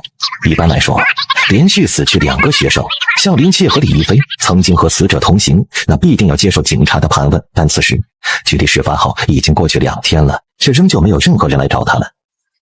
哎呀，小七，你这孩子怎么淋成这样回来了？外面下的有点大，今天没带伞。哎呀，没带伞就找个地方躲着呀，或者给姨妈打个电话，姨妈去接你，你自己淋回来，万一感冒了怎么办呢？哎，赶紧去擦擦。哦，对了，刚刚你老师来找你，我让他在你房间里等着。老师？对呀，就是你们体育老师，说是有事儿找你，你赶紧去见见人家吧，别让人家老师久等了。是你？你怎么找到我家的？自从那天晚上被你甩了之后，我就长了个心眼儿。昨晚把这东西丢进你口袋里了，它能定位。我说了，我不会加入你们的。知道，所以我这次来也不是为了这个。那你是来找我签保密协议的？也不是，我向其他人汇报说你已经失踪了。既然我决定了要放你离开，就不能再让你签协议，否则他们知道你没有失踪，还会派别的人上门游说，他们可就没我这么好打发了。那你是来……守夜人的待遇比你想象的好很多，我工作了这么多年，还是有不少积蓄的。你这是什么意思啊？我年轻的时候也和你一样。说真的，这个开场有点老套。没事，你继续。6岁那年，我父亲就因病去世了，我妈一个人打2份工，才勉强把我拉扯大。那个年代的节奏很慢，当时我妈对我的期望就是好好读完初中，然后回来当个村干部，娶个小媳妇，生几个娃，一家子在一起快快乐乐的生活。你知道，少年人总是有叛逆期的。初中毕业的时候，我成绩还不错，如果回去当个村干部也不是很难，但我却不顾他的反对，毅然去当了兵。其实他也没有反对，只是看起来似乎有些不高兴。我离家那天，他站在门口，就这么默默地看着我。我走到屋子后面的路上，他在看着我；我走到村子门口，他还在看着我。后来我走到市里的车站，放不下心，偷偷溜回去看了一下，发现他还是站在那儿，看着我走的方向，在发呆。说真的，那时候我真的想过就这么留下不走了，可最后还是狠了狠心去当了兵。后来啊，我的军衔越升越高，进了特种部队，又因为擅长近身格斗，被调动安排进了守夜人。之后我也趁着假期回过家去看看我妈，结果就发现你母亲过世了。不是，她改嫁了。我母亲年轻时工作太累，熬坏了身体，本来她是想让我回村当干部，也好照顾照顾她。可当时的我没有想到这一层，选择了当兵。后来她一个人实在熬不住，就嫁了，至少老了还有个人能照顾她。可惜当时我已经进了守夜人，不能长久的留在她身边给她养老。说实话，当时我听到她嫁人的消息，真的松了一口气。所以你和我说这个的目的是什么？我们都曾有真实的东西，但随着自身的成长，却会因为习惯而下意识的忽略他们的存在，转而被其他东西吸引了全部的注意。我当年便是如此，但你不一样，林七夜，你比当年的我聪明，比当年的我懂事，你有自己的想法，你想留在自己家人身边陪伴他们，这真的很好。既然你选择了这条路，那就好好的走下去，守护世界什么的交给我们这些人就好。刚刚我见过了你的姨妈，在这个时代，像这么好的人真的不多了。你们家现在的情况我知道，之前你拿去。我不要，我是守夜人，我不缺钱。那我也不要，这是我给你姨妈的，你得要。我姨妈也不会要。林七，我老了，见不得自己身上曾经发生过的遗憾又一次在我眼前发生，哪怕是在别人身上。那你可以闭上眼，不用看。我们家虽然穷，但也有自己的底线。军人的钱我不会要，更何况我的眼睛好了，我有本事，我不会让你还发生。哎呦，这些钱你拿回去给你老婆孩子用，它不香吗？我说了，守夜人的福利制度很好，就算我战死在沙场上，我的老婆孩子也一辈子不愁吃穿，而且以后也能上很好的大学，有光明的未来。那你自己就没什么梦想吗？我的梦想确实有，从小时候就有。是什么？在军中当上将军，然后胸前挂着琳琅满目的功勋章，穿着军装，风风光光的回村里，让那些看不起我妈的人知道，我妈的儿子是个将军。看着眼前的赵空城，他似乎又想到了李亦菲，他们似乎是一类人。那你现在当上了吗？没有，还差得远呢。而且身为守夜人，是无法带着功勋章大摇大摆的出去晃的。这个梦想终究只能是梦想。好了，既然这样，那我也该走了。祝你有个光明的未来，林七夜。林七夜呆呆地看着赵空城的脸，面前的男子似乎并不显得那么油腻了，反而倒显得高大起来。祝你有朝一日功勋满身，赵将军。哎，等等，你的文章。坏，看我这记性，差点忘了，这可是我的命啊。对了，你有没有看到后面的几句话？看到了。怎么样？是不是很帅？很帅。是你写的？不是，这是我们在进入守夜人的时候立下的誓言。不过我很喜欢。哎，等等，又怎么了？外面雨大，你拿着伞。谢了，这伞我可就不还了。你尽管拿去，就当是守护地球的报酬吧。有意思。行，我真走了。再见。若暗夜中林，吾必立于万万人前，横刀响冤，血染天穹。哎，小七，你们老师走了呀？哎，怎么不让人家留下来吃个饭再走啊？你这孩子。他一会儿有事儿，不会留下吃饭的。你们老师说什么了？哦，没什么，说是有个什么体育测试，特地来问一下我眼睛的情况。哎，这个赵老师可真是个好人呐，还亲自来学生家里问问情况。啊，对了，你回来之前呢，他还在厨房帮我洗菜。他看起来5大3粗的，没想到这干活还挺细致呢。啊，饭做的差不多了，喊你弟弟一起来吃饭吧。哎，好。妈，咱家的菜多久没这么丰盛过了？那当然了，小七的眼睛好了，这可是比过年还要大的喜事儿，当然得隆重一些。看来今晚啊，小黑赖也能大饱口福了。便宜他了，为了庆祝小七眼睛康复，干杯！干杯！干杯！你们确定鬼灭王真的往这个方向来了？不确定。10分钟前，我们的搜索队在附近的下水道管网发现了鬼灭王的血迹。从他的行迹来推测，目的地只可能是那片老住宅区，或者是市中心。有2个疑似的目的地。没错。那怎么办？分成2队守着吗？理论上来说是这样，但市中心人流量巨大，我们无法轻易疏散人群。一旦鬼灭王在市中心现身，不但会造成大量的伤亡，而且很容易造成恐慌。所以我们派出了大部分战力前往市中心驻守。那老住宅区怎么办？万一鬼灭王在这里出现，这里的人也会有危险。老住宅区居民少，分布比较分散，相对市中心来说更容易疏散，而且就算鬼灭王来到这里，也不会造成太大的损失，是吗？这里住着的也是一个个活生生的人呢。老赵，冷静，我从来没有说过放弃老住宅区。现在红鹰已经带着人往那里赶了，你们的任务就是疏散老住宅区的居民，越快越好。还有，即使鬼灭王真的去了你们那里，也不要和他发生正面冲突。鬼灭王不是你们能对付的，必要时张开无界空域困住他。说道，赵空城的心里虽然有些不忿，但他很清楚这是最正确的做法。现在他必须抓紧时间疏散老住宅区里的居民，这是与时间的赛跑。妈的，前脚刚在那小子面前耍帅，说守护世界什么的交给自己，现在又要上去敲门让他们赶紧撤离，这样显得我很没面子的好吧？不过现在已经不是纠结面子的时候了。可就在这时，一股恶心至极的臭味突然涌入了他的鼻腔。雨水的喧嚣声充斥着赵空城的脑海，他的目光落在不远处的井盖上，臭味越来越浓。报告，守望者赵空城在老住宅区发现鬼灭王。收到，我已下达命令，守夜人都在往老住宅区移动，红鹰他们也马上就到，最多还有10分钟。10分钟，老赵，我这无界空域暂时困住他。现在无界空域是用来隐藏战斗的，不是用来困人的，他困不住鬼灭王10分钟。不管怎么样，你不要和鬼灭王正面战斗。老赵，老住宅区这么大，鬼灭王就算出来了，一时半会儿也未必会造成损失。这10分钟，就算让他杀死几个人，也不会恢复太多实力。神秘造成的平民伤亡，每时每刻都在发生。我们守夜人不是神，无法阻止所有的死伤。而如果因为一个重伤的鬼灭王损失一个核心成员，那是绝对的得不偿失。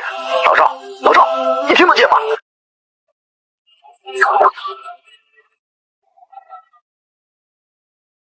现在你还记得你曾立下的誓言吗？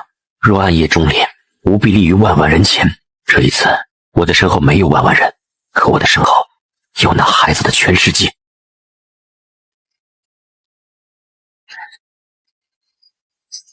接续无界空域。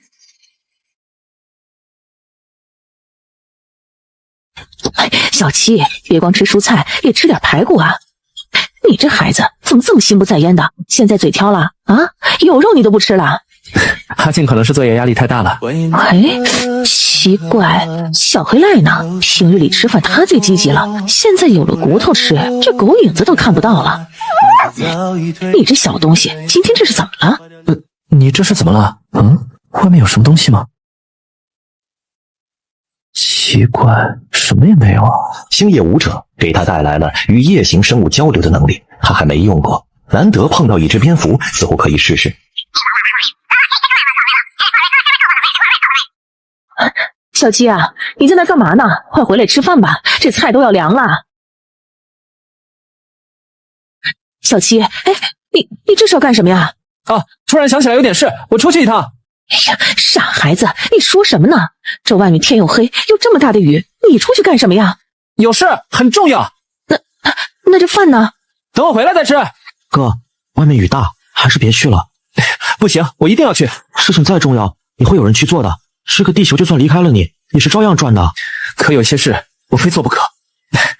别太担心，一件小事而已，解决完了我就回来了。毕竟难得吃上一次这么香的饭，我可舍不得浪费。走了。哎呀，傻孩子，外边雨这么大，你带把伞呐。哎，今天的运气真背呀！队长还是猛啊，竟然把他伤得那么重。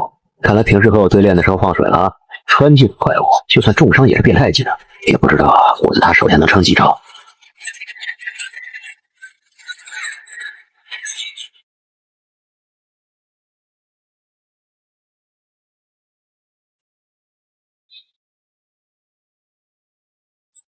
妈的，神话生物了不起啊，力气大了不起啊！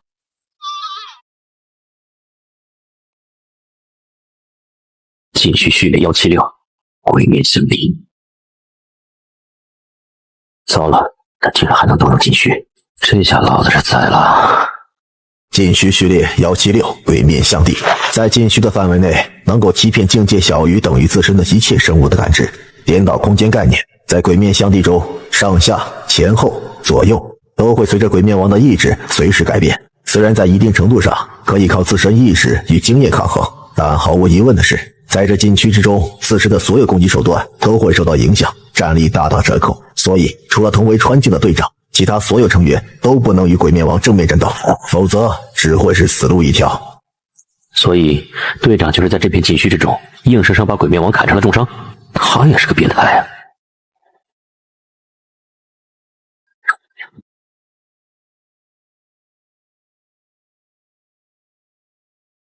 惊不惊喜，意不意外？你这个禁区确实变态，要是平时我肯定就着了你的道，死在你手里了。可惜今天下雨，你能欺骗生物的感知，却无法阻碍靠着重力下落的雨水。雨水落在我的皮肤表面，会带给我触觉。你可以改变我的触觉，让我觉得雨水是从四面八方落在我身上，而我也可以借此反推出真正的方向。只要知道一个标准方向，剩下的就简单了很多。哼，不是老子吹，要是老子也有继续，你他妈早死800回了。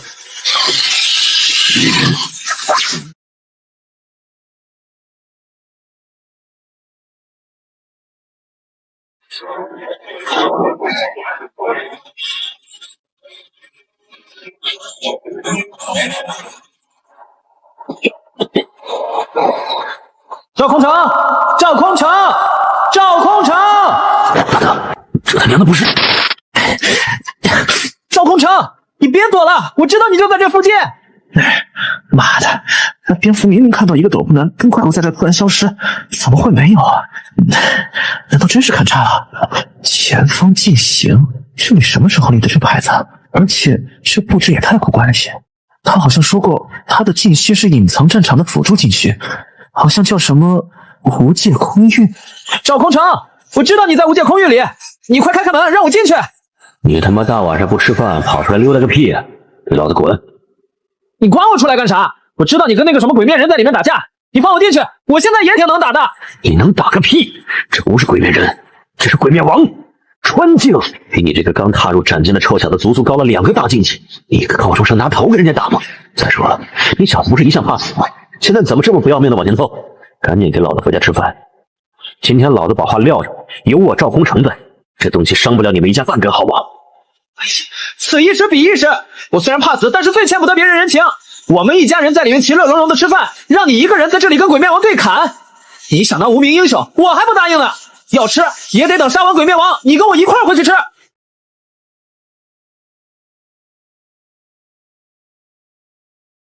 别费力了，我虽然没有境界，但张开的无界空域挡住10境以下的人还是绰绰有余的。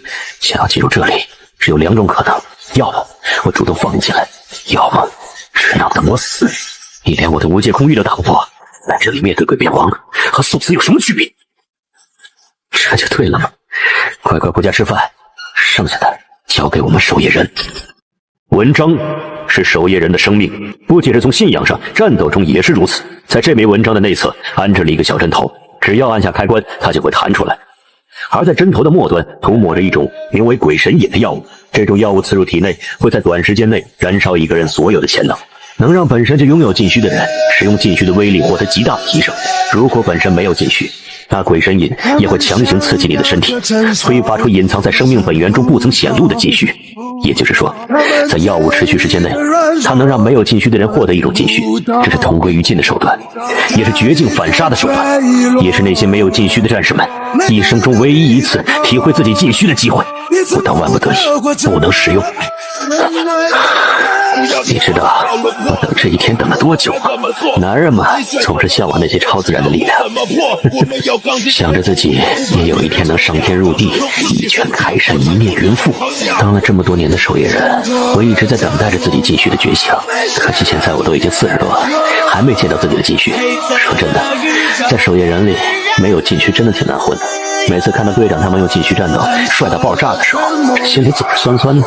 后来我就想着，要是哪一天碰到绝对赢不了的敌人，一定要在死前试试鬼神印，看看自己的禁区，就算是死也能笑着去死。不管怎么说，谢谢你给我这个机会。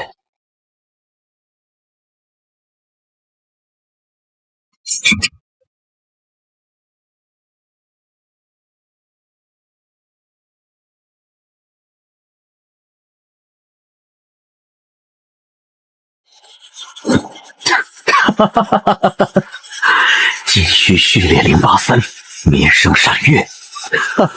我就知道，我赵空城也他娘的是个天才。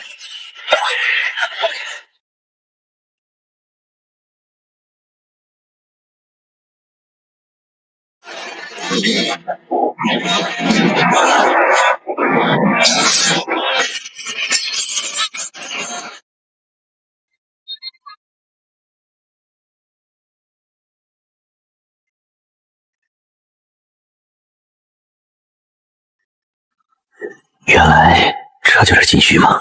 爽，真他娘的爽！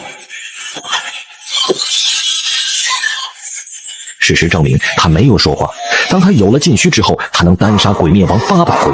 如果给他足够的时间，可关键在于他没有那么多时间了。赵空城能清晰感觉到自身的力量正在消退，那些隐去的痛感也正在逐渐恢复。怎么会这么痛？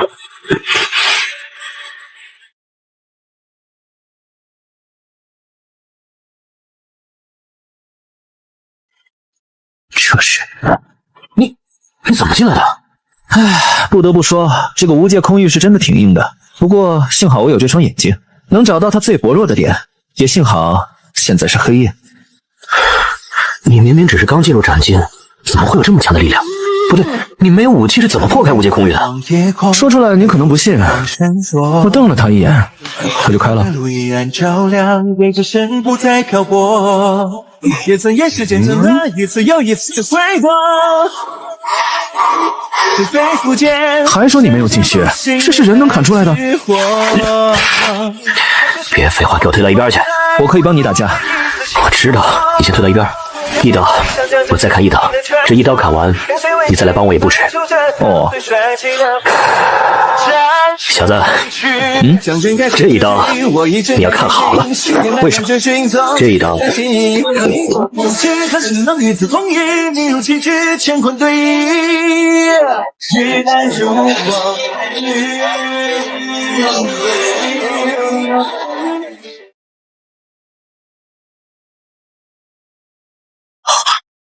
你的身体没事，强行爆发潜力的后遗症而已。照这个形势下去，你会死的。我知道，会死也没事。不亏呀，至少临死前体验了一把禁区，而且什么？而且我做到了。横刀向渊，血染天穹，这出血量，就算染不了天穹，染一片地面看来是没问题啊。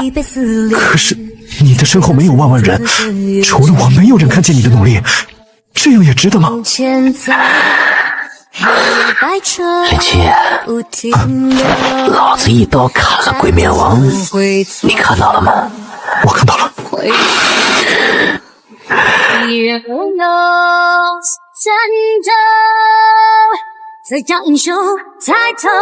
他娘的，连队长都没能砍死的家伙，被老子砍死了。林七夜，你说我厉不厉害？厉害！立下这么大的功，要是我能活下去，一定能换个将军吧？一定可以！你要活下去！赵空城，你还没当上将军，你还不能死！老子看看帅不帅？帅，非常帅，比我见过的任何人都要帅。就算那羽翼被撕裂，终飞到逝，就算悬崖历史。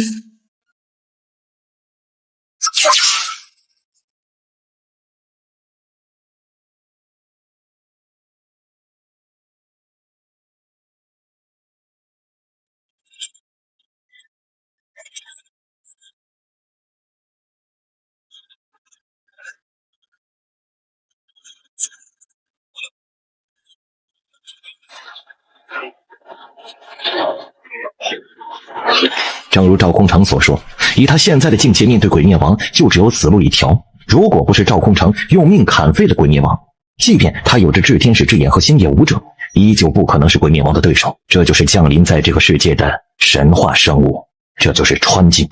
早就跟你说了，玉秀不是这么好当的。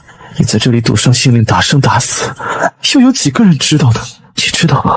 现在远在数里之外的市中心依然是灯红酒绿，他们在 KTV 唱歌，他们在火锅店享用美食，他们在酒店滚床单，他们在电影院吃着爆米花，而你却只能无声无息地死在这里。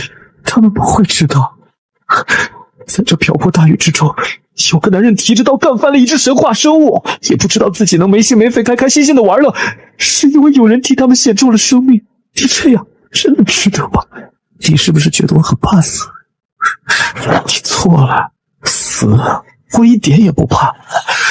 你觉得一个从小见过天使、瞎掉双眼、被关进精神病院的孩子还会对死亡有所敬畏吗？我曾在黑暗中无数次的试图了结自己的生命，但光明却一次又一次的把我救回来。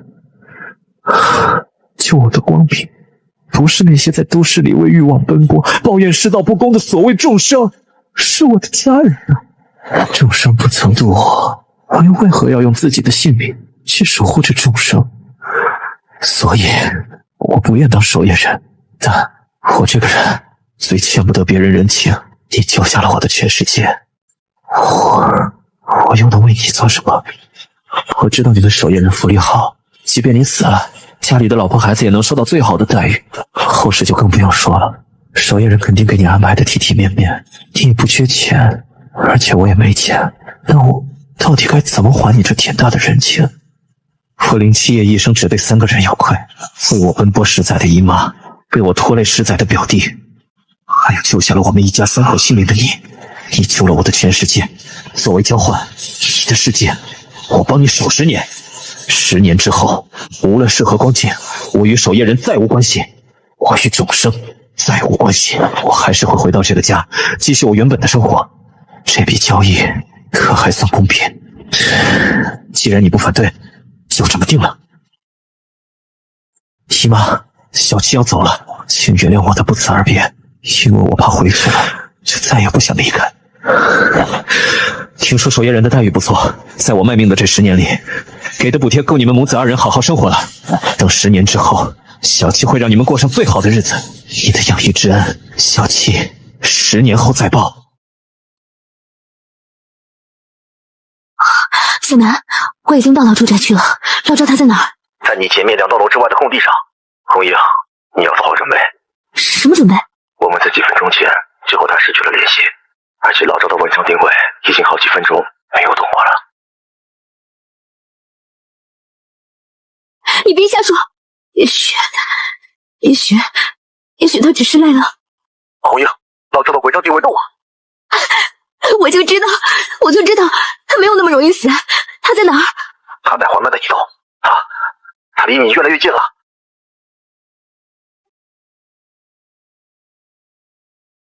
完备，林七夜送赵空城将军开学。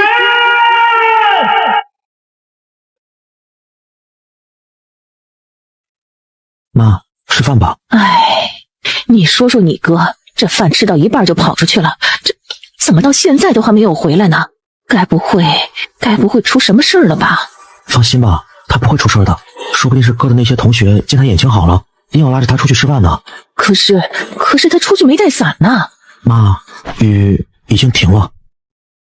此时雨确实停了，朦胧的月光从云层中穿透而出，洒在寂静无人的夜里，万籁俱寂。不远处的空地上，残破的告示牌已经被人拿走了，满地的血肉也被人打扫得干干净净，只剩下地面上一道道狰狞的刀痕，似乎是在无声地倾诉着昨晚发生的一切。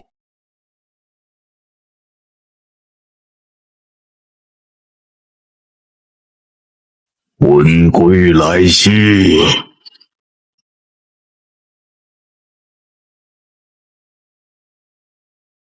所以你就是老赵负责找的摄天使代理人？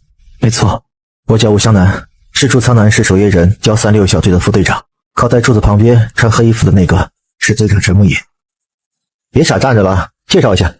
守夜人136小队正面战力红英，守夜人136小队正面战力温启墨，守夜人136小队战斗辅助兼职军医司小南，守夜人136小队远程火力支援冷轩。林七叶同学是吗？关于赵空城战死的事情，你还有什么要补充的吗？我已经说得很清楚了，赵空城张开无界空域，独自和鬼面王死战，最终同归于尽。他们战斗的时候，你在现场吗？我在。你是怎么进入的无界空域？瞪了他一眼，他就开了。你能详细的给我描述一下他们的战斗情景吗？比如赵空城是怎么杀死鬼面王的？他挥了一刀，斩出一块巨大的黑色月牙，砍掉了鬼面王的脑袋。黑色月牙是民生闪月，老赵用了鬼神眼激发了自己的禁穴。血淋淋8色的民生闪月，那可是高危级的禁穴。没想到真被赵叔给说中了，以前我还以为他只是自恋。不，他就是自恋。我想那家伙当时自己看到自己禁区的时候都不太敢相信吧。要是我们当时在那儿，他绝对会缠着我们说他的禁区是所有人里最杀的。还有一个问题，从鬼面王的尸体来看，他的致命伤是一连串的刀伤，还有莫名的灼烧痕迹，可泯生闪月似乎不具备这种特性，这是怎么回事？我已经说得很清楚了，赵空城独自面对鬼面王死战到底，最终单杀了鬼面王。吴湘南，你这是什么意思？赵空城死了，我们的队友死了，你却还要揪着他的事情不放，你的心里就不会有一点悲哀吗？老赵死了，我也很难过，但真相也同样重要，所以现场的那些……小南，够了，林七夜已经说得很清楚了，至于细节没有必要追问下去，这件事到此为止。赵空城的事情结束了，那么我们是时候聊聊你了，林七夜。聊什么？据我所知，赵空城曾邀请你加入过守夜人，可是你拒绝了。后来他甚至跟我们说跟丢了你。如果你不带着赵空城的尸体走出来的话，我们或许一辈子都无法再找到你。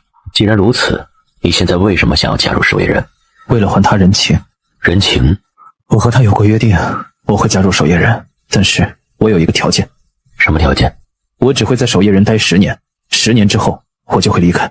守夜人不是社区志愿者，一旦加入就无法离开，所以你说的10年我不能答应你。整个守夜人组织都没有人能给你这个承诺。不过如果10年之后你有那个本事，能自己离开守夜人，又让守夜人的高层对你无可奈何，那就另当别论了。总之，想走正规程序离开守夜人没门。好，10年之后如果我走不了，那就是我的问题。既然这样，我马上就向上层递交你的加入申请。不过在经过集训之前，你都不算是正式队员。集训？守夜人是半军事化管理的组织，所有新人在正式加入守夜人之前，都要集中参加时长1年的集训，学习格斗、枪械、作战部署、禁区使用等等技能。什么时候开始？每年的9月份，也就是1个月之后。而在你参加完集训之前，都只能算我们小队的临时队员。临时队员我们是不包食宿的。啊？不包食宿？不是说守夜人的福利很好吗？怎么抠门到这个地步？那我这1个月住哪儿？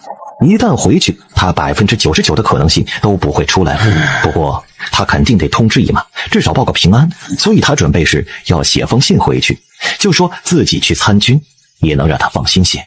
不是，你可以来我家住，我家还是挺大的啊，给你一个房间没问题。红英，你不是生气走了吗？我想起来东西没拿，我又回来了不行？谢弟弟，放心，既然是咱小队的队员了，姐一定罩着你。临时，他是临时队员，而且你俩还不一定谁大呢，你不能这么草率的叫弟弟啊！队长，你太死板了。谢弟弟，姐姐我还要去练枪，要是一会儿手续办完了找不到我人的话，就自己先回去。谢谢红英姐。你怎么神经兮兮的？你管我？谁让我们的新人弟弟叫得这么好听？红英，你别欺负新人了。七，走吧，我带你四处看看，顺便跟你说说守夜人的情况。七啊，怎么了？问启墨前辈。不要叫我前辈，这样太生分了。而且我应该也就比你大2-3岁，就叫我的名字吧，或者和他们一样叫我启墨。好吧。其实我有个不情之请。什么？今晚我可以和你一起住到红英家里去吗？我想去很久了。跟你开个玩笑，我是看你在里面的状态太压抑了，让你放松放松。毕竟谁目睹那样一场惨烈的战斗都没法轻易的走出来，何况你只是个高中生。温景武说的不错，就连林七夜自己都没注意到他现在的精神状况有多么糟糕。刚刚我在那坐着的时候啊，我就发现你的状态很糟糕。其实不只是我，红英也看出来了，要不然他也不会主动邀请你去他家暂住，不会按捺住内心的那份悲伤，笑着和队长、副队长拌嘴。你现在刚来，对他还不熟悉，等你们熟悉之后啊，就会发现他太善良了。其实不仅我和红英，在场的除了湘南那个一根筋，还有冰块人冷轩，其他人也看出来了。只不过队长有些傲娇，只能暗搓搓的记住红英的话来活跃气氛。小南则是太腼腆，不好意思开口说话。或许来之前，你觉得守夜人应该是一群机械冰冷的杀戮机器，但你在这里待久了，就会发现其实并非如此。来之前，我以为守夜人是个很大的组织，坐落在无人问津的军事禁区，里面停着飞机坦克，动不动就会有军事演习的那种。巧了，我进守夜人之前啊，也是这么想的。谁让那些科幻电影里都是这么演的呢？不过，虽然没有军事禁区、飞机坦克，但守夜人确实是个很大的组织。为什么这里只有6个人啊？守夜人和军事力量不一样。你说的军事禁区这种集中式管理，虽然便于管理，而且运转高效，但它有个致命的缺陷，就是机动性太低。打个比方，今天我们苍南市出现了一只神话生物，等当地警方确认之后，发现其坐落到上京市的基地，然后在基地审核，再派人来苍南市调查，最短也要2天才能开始调查。而这2天的时间，或许会死很多人，所以最好的方案就是在每一座城驻守一支守夜人队伍。当城市内发现疑似神话生物的踪迹，直接由驻守队伍前往调查解决。而我们就是守夜人驻守在苍南市的队伍。难怪你们几个的职位分工这么明确，各有所长。没错，从处理战力到战斗辅助，到远程支援，到统领大局，每个人都各有所长，又能相互配合，这是每一支驻守队伍的标准模式。那如果一座城市中出现当地守夜人队伍无法解决的神话生物呢？那就向上层申请特殊队伍支援。在大夏，除了每座城市驻守的守夜人之外，还有4支特殊小队，他们不驻守任何一座城市，但有某座城市出现当地守夜人无法解决的困境时，他们就要前往那里。他们没有队伍编号，只有属于自身的代号，那是独属于特殊小队的光荣。特殊小队吗？你见过吗？没亲眼见过，但2年前隔壁淮海市同时出现了3只海境的神话生物，险些酿成大灾。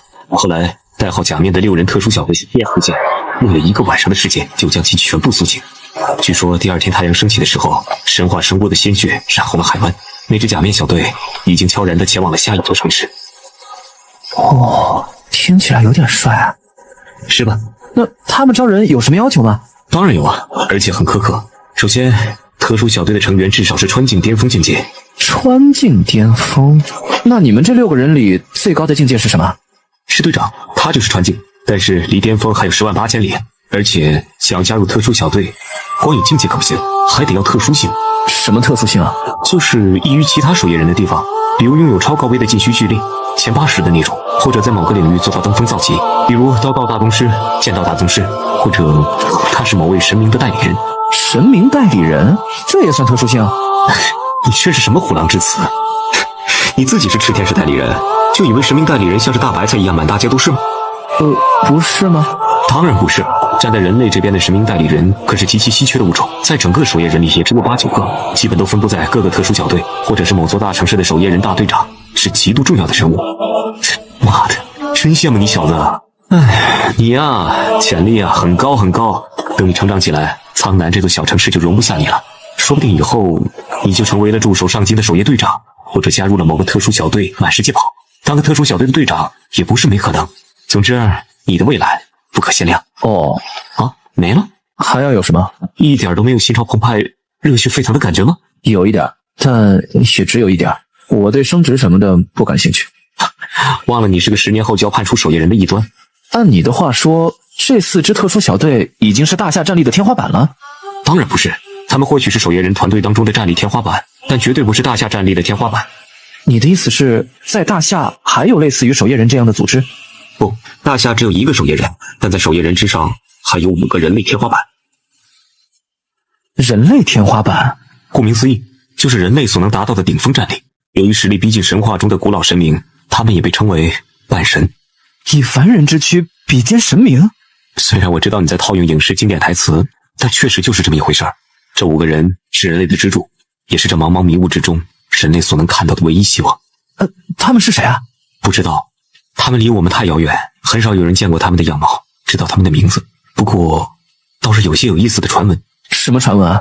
这5个人类天花板被称为一剑、一奇、一尊、一虚无、一夫子。剑、奇、尊、虚无、夫子，这算什么传闻啊？根本就没什么有用的信息吧？据说我们守夜人的最高司令就是这5位人类天花板中的一尊，不过已经很久很久没有人见过他出手了。我有个问题，你问吧。人类到现在为止杀过神吗？不是那种奇奇怪怪的神话生物，是存在于神话中的真正古老的神明。我不知道，但我觉得应该没有。茫茫迷雾之中，人类就像是被蒙上了双眼的羔羊。我们不知道这个世界发生了什么，不知道末日何时会降临。在这个神明的存在被证实的时代，人类如果真的杀死了一尊神明，必然会引起其他所有神明的恐慌。这么一来，他们很可能就联手先灭了人类，到时候人类所面对的局面就更加严峻。我明白了。还有什么要问的？临时队员有福利补贴吗？有。那就没别的问题了。所以你问这么多问题，就只有最后一个是最关心的？当然，什么特殊小队啊、人类天花板那些东西离我太遥远了，我喜欢脚踏实地。好吧，你困不困？不困。那我带你去一个地方。大半夜的正经吗？正经。那行，别忘了啊，我还未成年。你带我来这儿干嘛？在那里。这里是驻苍南市守夜人的牧场。从1936年大夏特别生物应对小组正式转变为守夜人，采取1城1队的管理形式之后，这里就被划分为苍南市守夜人战死后的最终归宿。当然，这只是默认归宿。在每个人正式加入守夜人小队的时候，可以说明自己死后是进入守夜人墓地，还是火化，或者埋回自己的老家等等。当年赵洪成选择的就是埋在守夜人墓地。他说自己身上沾了太多血，回祖宗坟地的话，他怕吓出各个老祖宗。这么多，从1936年到现在也有85年了。一开始我们牺牲确实不多，毕竟每座城市每年也不会出现几个神话生物，就算出现境界也不高。可随着时间的流逝，神话生物降临的速度越来越快，实力也越来越恐怖，我们的伤亡也越来越多。你看到的这些墓碑，有近一半都是最近20年牺牲的。在陈梦野队长来苍南市镇守之前，据说这里每年都会死2位队员，直到队长来了之后，死亡率才大幅下降。可赵空城今晚才刚刚牺牲，他的墓碑已经做好了？没有。那我们来这里，你看那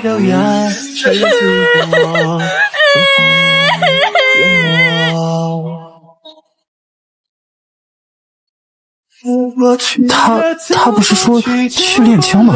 先说后面，守夜人的墓碑是由死者的队友雕刻，这是不成文的规定。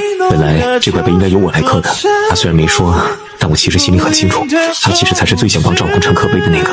他们的关系很好，真的很好。所以即便他说谎说的那么扯淡，我还是睁一只眼闭一只眼，让他来偷偷刻碑。不上去打个招呼吗？我现在去打招呼，反而会让他尴尬。他的脸皮太薄了。可我们这样，感觉就像是偷窥别人秘密的变态。你以为在旁边偷窥的变态只有我们2个吗？小南，我操！队长，大半夜的，不要在墓地里无声无息的走动，我差点被你吓死了。我以为你的榆木脑袋里只装了战术，没想到你也会来。大半夜的，谁信他会去练枪？我有那么迟钝吗？有。启墨呢？他应该来了吧？林七夜在对面的山沟这趴着。冷轩和小南呢？冷轩早就不知道去哪儿了，小南怕黑不敢来。好，你能来，我挺开心的。至于吗？至于？这说明你已经不是那个刚从死人堆里爬出来的吴小南了。就算你再怎么否认，你已经在变了。我为什么要否认？从蓝雨小队覆灭到现在，已经快6年了。我这个废人总要走出来的，能泡到你们，算我吴湘南运气好。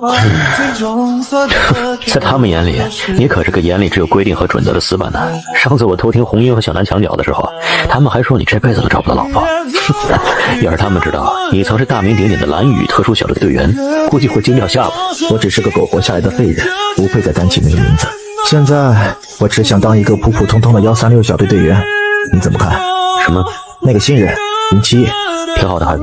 我说的不是他的潜力，我说的是他的性格。我说的就是性格。鬼灭王是他杀的，如果我没猜错的话，赵空城只是将他打成了重伤，但并不致死。这重要吗？不重要吗？那孩子愿意将功劳推给赵空城，那是他的选择，你又何必执着？你和老赵相处了这么久，他的梦想是什么？你难道不知道吗？杀死一个川境的神明，这是大功，这对那孩子的未来很有帮助。你觉得他在乎这些吗？我说过，这孩子很好。一个个的，妥的一点技术含量都没有。这次又被我拍到了吧？它是朵珍宝，盒子里是满满的照片，是独属于这座136小队的那些搞笑、尴尬却异常温馨的照片。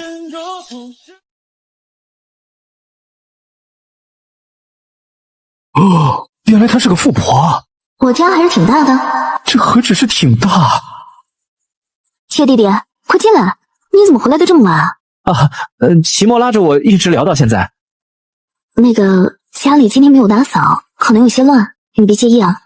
这已经很干净了，而且只要有个地方住，我就已经很高兴了。红英姐姐，是七夜来了吗？因为我平时不住宿舍，小南一个人住宿舍的话，我也不放心，所以平时就让他和我一起住在这儿。哦，原来如此。叔叔阿姨呢？我就这么住进来，会不会打扰到他们啊？不会，5年前他们就在迷雾中失踪了。小南没来之前，这里都是我一个人住。他们是探测队的人？是啊，你住那间屋子我已经收拾好了，卫生间里蓝色的毛巾和牙具是你的，不要弄黄。对了，要是想进我和小南的房间，得先敲门。要是让我发现你有什么不良企图的话，哼，别忘了，我可是小队的正眼战女，除了队长，没有人能打得过我。姐姐的长枪可是不长眼睛的。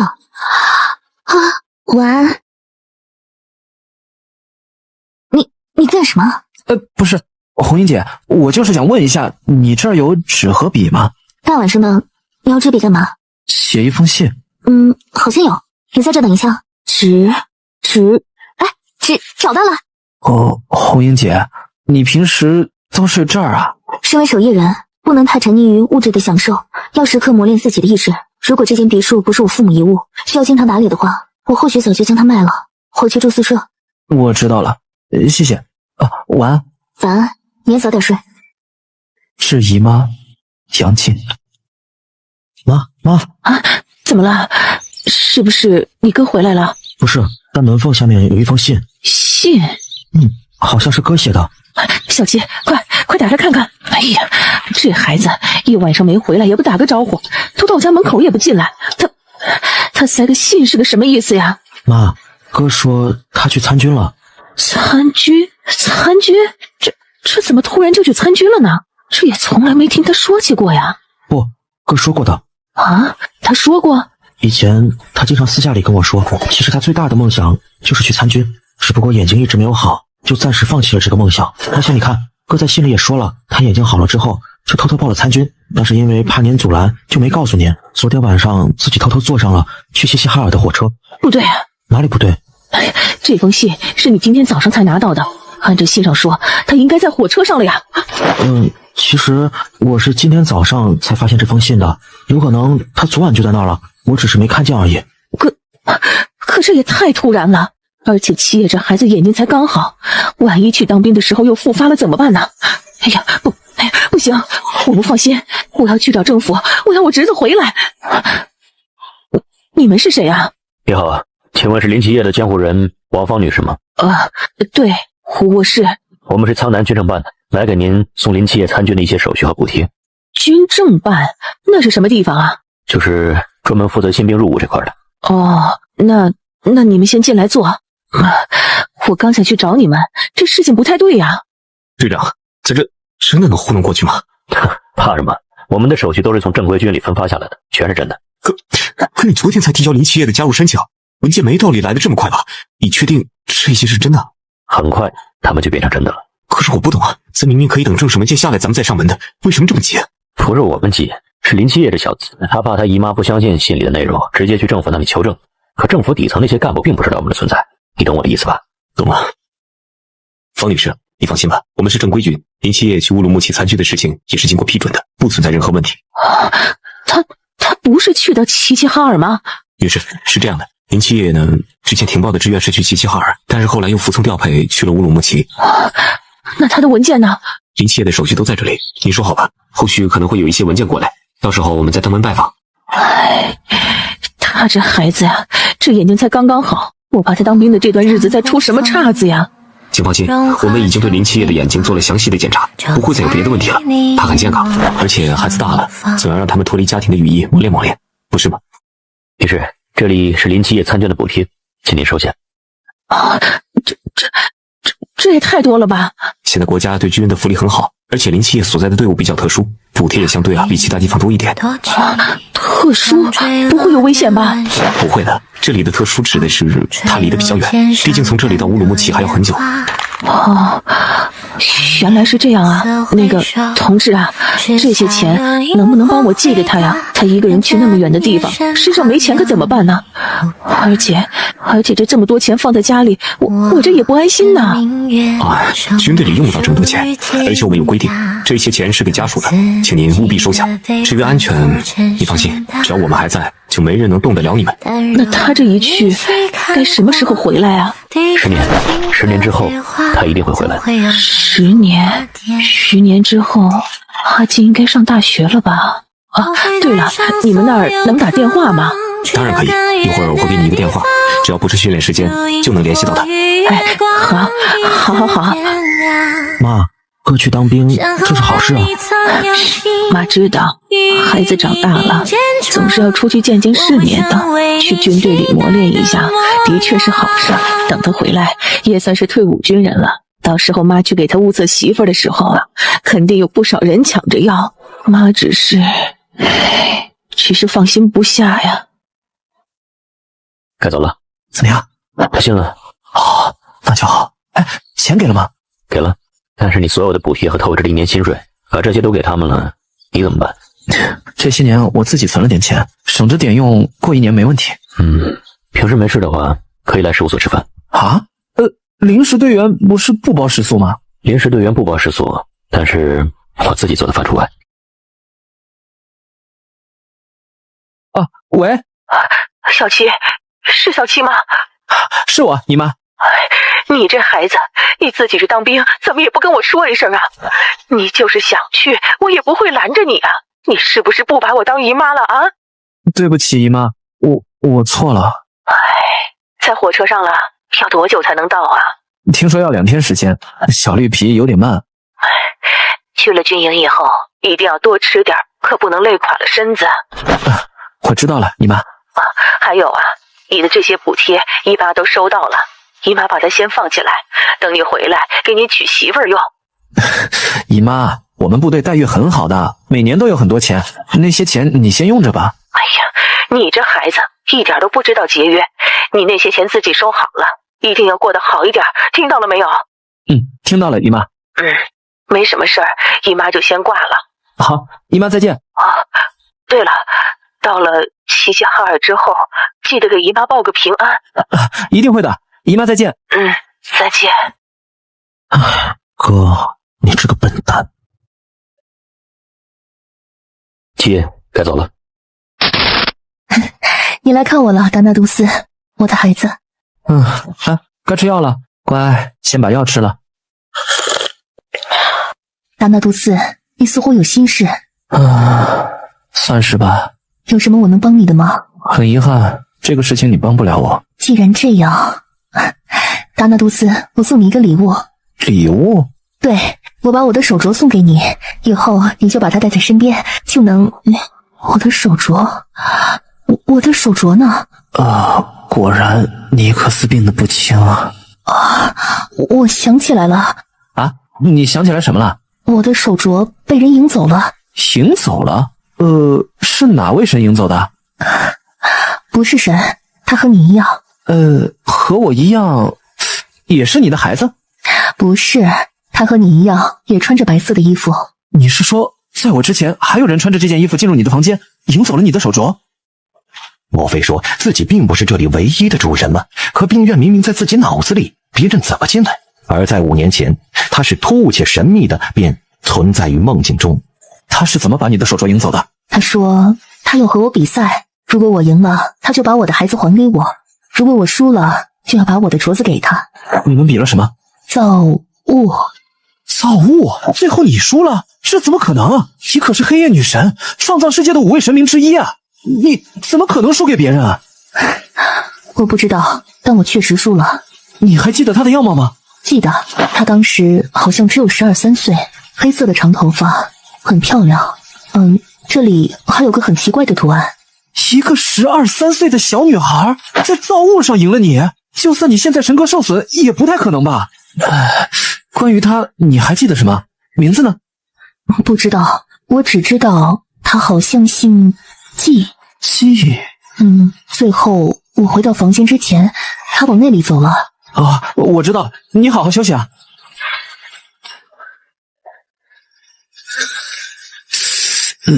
这个字好像有点丑啊，歪歪扭扭的，跟小学生刚学写字一样。是某人，我不知道你是谁，但我知道你才是这里真正的主人。当你找到这封信的时候，应该已经过了好几年。别笑我现在的字不好看，毕竟我还小，等我长大了就好了。不好意思啊，强行把属于你的病院在我这里扣留了一段时间。不过看在现在已经物归原主的份上，就不要怪我啦。还有，我从你的几个病人那里借了点东西，等我再次找到你的时候会还给你的，放心。最后再提醒你一下，这个办公室的底下还有一块地方哦。等我长大，我会来找你的，陌生人。毕竟你是我回家的希望。拜拜，纪念。这个房间里还有机关。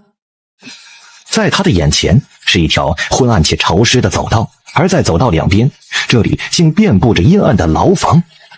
难道这里只是个废弃的牢房？罪人鬼面王，抉择：作为被你亲手杀死的神话生物，你拥有决定他灵魂命运的权利。选择1，直接磨灭他的灵魂，令其彻底泯灭于世间。选择2，让他对你的恐惧值达到60，可将其聘用为病院护工，照顾病人的同时，能够在一定程度上为你提供保护。当前恐惧值1。这么看来，这座精神病院除了关押在一起的6位神秘病人之外，还具备将自身亲手杀死的神话生物转变为护工的能力。也就是说，以后我每次杀死一只神话生物，都有机会将其转变为护工。那这里的神话生物包不包括古老的神明啊？万一以后我杀了一位真正的神明，是不是也可以让他来给自己打工？你很强，如果让你来当我的护工，想必是个很不错的选择。你杀了很多人，没关系，我和他们不熟，这不妨碍我聘。可惜你杀了一个很重要的人。如果是外界，他可能有搏一搏的机会，可这里是林七夜的病院，他是院长。林七夜想让他死，他便不得不死。你很强，但很可惜，我的病院不欢迎你。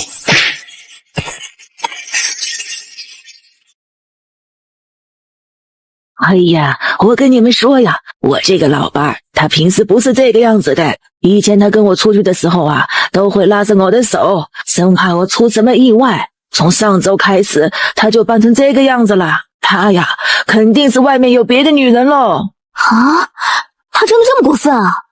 我觉得奶奶您说的对，好过分啊他。放心吧，这件事啊，我们事务所管定了。我觉得奶奶您说的对，我觉得红英你说的对，对，我觉得你们说的都对。这是什么情况啊？正常的工作呀。我以为这上面的店面只是个伪装，居然真的有生意啊！七啊，你还是不够了解啊。苍南这座城市说大不大，说小不小，神秘事件确实会发生，但1年里也就那么5、6次。你说我们这群人在这儿，平时没什么时间处理的时候，除了训练就是聊天吹牛，得多无聊啊！所以你们还拓展了帮人调查婚外情的业务，还是个50多岁的老奶奶。老人家今年要60了，你看啊，平时接一些不疼不痒的小委托，既能找点事做，又能赚点外快，多好！这样，那除了调查婚外情，咱还有什么别的业务吗？有，业务范围很广，非常广，帮人家救树上的小猫小狗，上门给初中生以下的小朋友补习，给需要帮助的人提供法律援助，顺手解救被拐卖的孩童，还有时候蒙着面去制服抢银行的歹徒。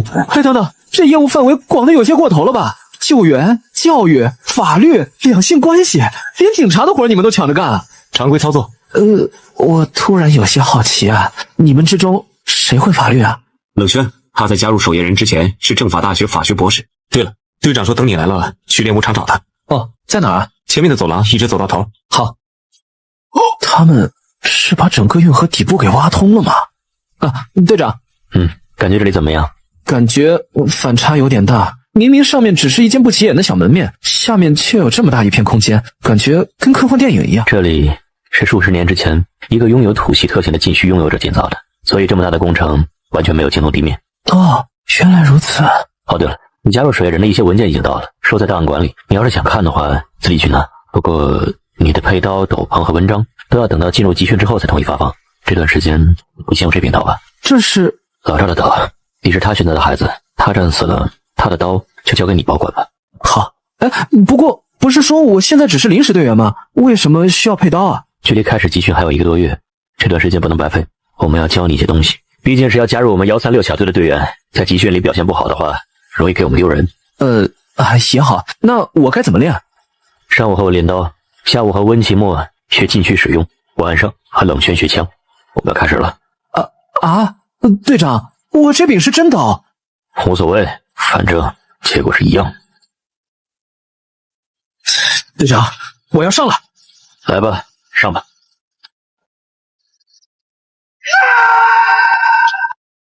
这小子怎么还不来啊？我操！切，你这是跟队长对练了？对。看来你天赋还行。你管这叫还行？当年我第一次跟队长对练的时候，被打在练武场趴了1天1夜才缓过来。能在近战上和队长勉强一战的，现在只有红英了。我听说赵空城是近战大师，他也不行吗？他和队长那不叫勉强一战，那叫平分秋色当然是在双方都不使用禁虚的前提下。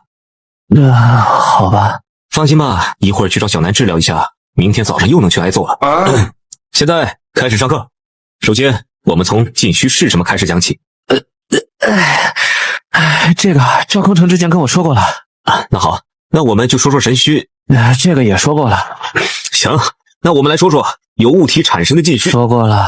这家伙到底偷偷跟你透露了多少东西啊？禁虚序列呢？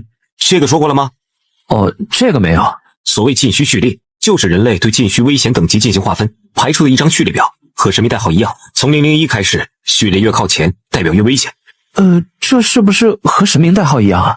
不一样，神明代号是人类发现神明的顺序，与神明自身的战力和危险程度无关，而禁虚序列则是危险性排序。我懂了。禁虚序列在600之后被称为无害禁虚，这种禁虚的作用很小很小，最多也就是能帮花浇浇水，帮人凭空杀口腔里的蛀虫，或者凭空造根辣条出来。序列在400到599的称为低危禁虚，这种禁虚具备杀伤性，但并没有太大的危险，用好了的话或许能有奇效。序列200到399的称为危险禁虚，对人类社会造成规模性威胁，同时具备了与神秘战斗的能力。序列90到199的则是高危禁虚，能对人类社会造成大规模的威胁，拥有超高的战斗力。能拥有这部分禁虚序列的大多都是高端战力，比如队长就在这一段。至于排在89之前的则被称为超高危禁虚，这类禁虚要么拥有极度强悍的超大规模杀伤力，要么拥有匪夷所思的特殊能力。总之，这类的禁虚序列已经完全超出了人的范畴，动辄拥有毁灭一切的能力。这不是危言耸听，几年前在森林沙漠之中出现过一只强大的神话生物，拥有禁虚序列063的罗松尼莎，差点直接用狂沙埋葬了周围的几座城市，后来还是一支特殊小队到场才将其格杀。我记得当时赵空城说过，他的禁虚序列是083的。隐生闪月也为超高危禁虚，虽然是倒数几个，但依然极其罕见。如果他真的生下来就拥有这个禁虚的话，或许他早就已经加入了某支特殊小队，当上了将军。这些是禁虚排名，那神虚呢？神虚也算是禁区的一种，所以也在序列里。禁区序列的前30里有23个都是神虚，神明赐予的力量，自然不是凡人能匹敌的。无论是危险性还是特殊性，都远超我们的想象。可这么说，在前30的序列里，还有7个人类的禁区？有，甚至在排名前5的禁区中，还有1个属于人类。哪一个？不知道。别这么看着我，我加入守夜人也没几年，这么机密的事情我怎么会知道啊？那我的禁区呢？序列多少啊？神明代号003，是天使米迦勒的神序，叫做凡尘神域。禁区序列同样是003。禁区序列003，凡尘神域。不过你也别高兴太早，003是炽天使的禁区序列，不是你林七夜的。只有在炽天使手里，他才是003。而在你这个刚刚踏足神秘的新人手里，威力或许只算是高危禁区。等到未来的某一天，你境界足够高，高到可以与神明比肩的时候，他才是003。我心里有数。对了，我还有一个问题，你问吧。同一个人有可能成为几个不同神明的代理人吗？不可能，至少在人类历史上从来没有过这样的先例。既然基础知识都科普完了，我们就来聊聊你的禁区吧。现在你手中的凡尘神域能做到什么地步？以我为中心，20米为半径的圆形领域内，我能感知到所有东西。红英今天的内衣是什么颜色？白色。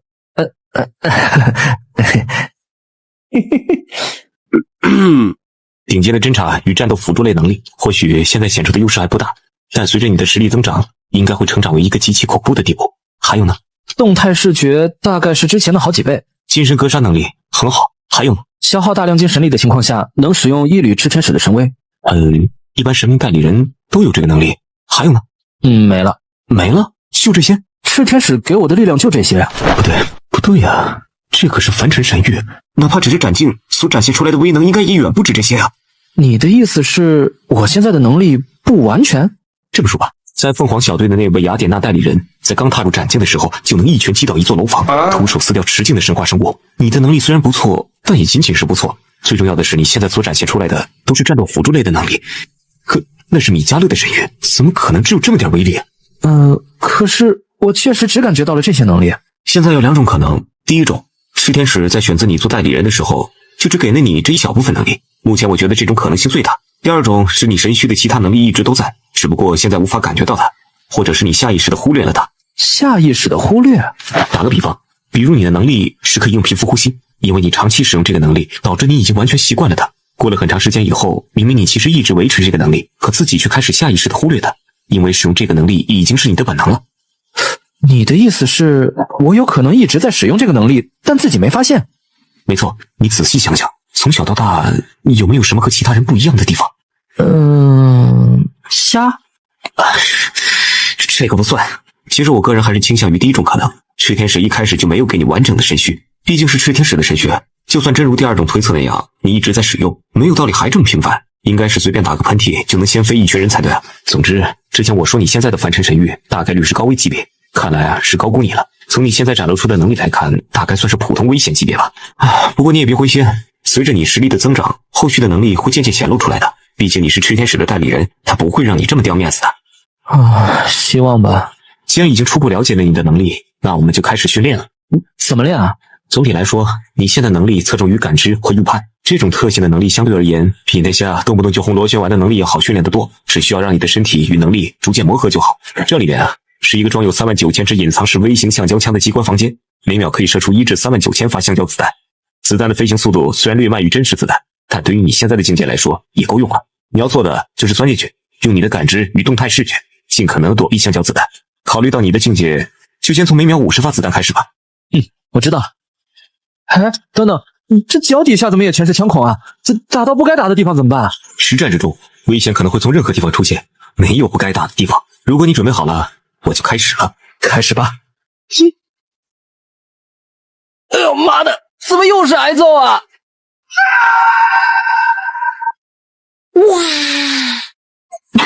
队长，你多久没亲自下厨了？今天太阳打西面出来了。你还没看出来，这主要是给林七夜准备的，咱们都是附带。陈叔，你偏心。我只是吃便当吃腻了，想换换口味，跟那小子没关系。原来是这样，那我就不客气啦。林七夜还没下课，都给我等着。队长，你不爱我们了？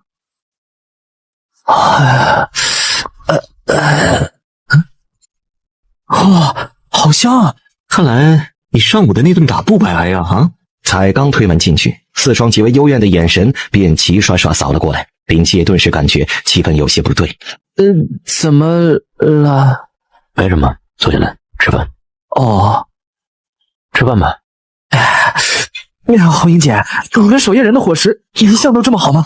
我现在不想跟你说话，我要等吃完了再跟你说话。林七夜在，队长。今天训练下来有收获吗？有的，收获很多。疼不疼？有点儿。小南，一会儿帮他治疗一下。好，不用完全治好，只要明天还能挨打就行。吴湘南，这块肉是我新看上的，我先加高的。你放开！我不放。放开！不放。都放开。新来的多吃点，一会儿练枪。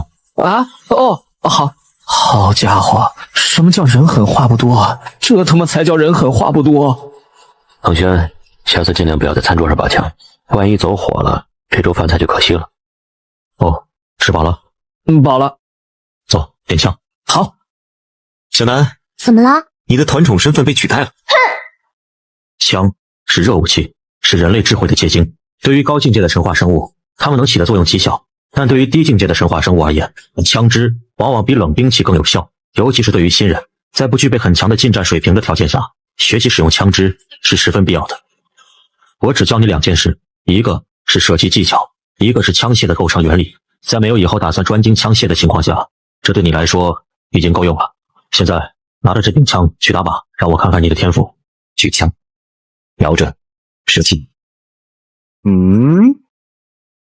30米的靶都能脱靶，这那个，我的天赋怎么样啊？你有个毛线的天赋？虽然说最后冷轩也安慰了他一番，说新手第一次这样也不是太离谱，让他以后要好好努力。可是说着说着，倒反过来变成林七夜在安慰着他。你放心，我觉得我现在没天赋是暂时的，多练练就好了。你要对我有信心，也对自己有信心。你的枪法这么厉害，没道理教不会我吧？时间，最重要的是时间，要有耐心。乐观一点啊，至少20米之内我还是能上靶的，我还有救。谢弟弟，是不是很累？谢谢。其实还好，虽然累，但是很充实。小南呢？他似乎对你抢了他团宠的位置有些生气，回屋待着去了。哦，难怪他刚刚给我治疗的时候总是掐我肉，我还以为这是正常程序呢。其实队长对谁都这么严格。我刚来这里的时候，哪怕我只是个女生，他也没有丝毫的留手，硬生生的呀把我给打哭了呢。有点狠。不狠，一点都不狠。苍南市守夜人死亡频率下降，基本都是队长的功劳。一个是因为他自身实力强，另外一个就是他对其他队员足够负责。他打你打得越狠，越是能让你记住疼痛，快速的成长。他宁可队员恨他，也不愿他们因为实力不足死在战场上。你明白吗？我知道。好了，那就早点去休息吧。晚安。晚安。他在回忆着陈牧野今天使出的每一式刀法，他挥出一招就一刀，整整1晚。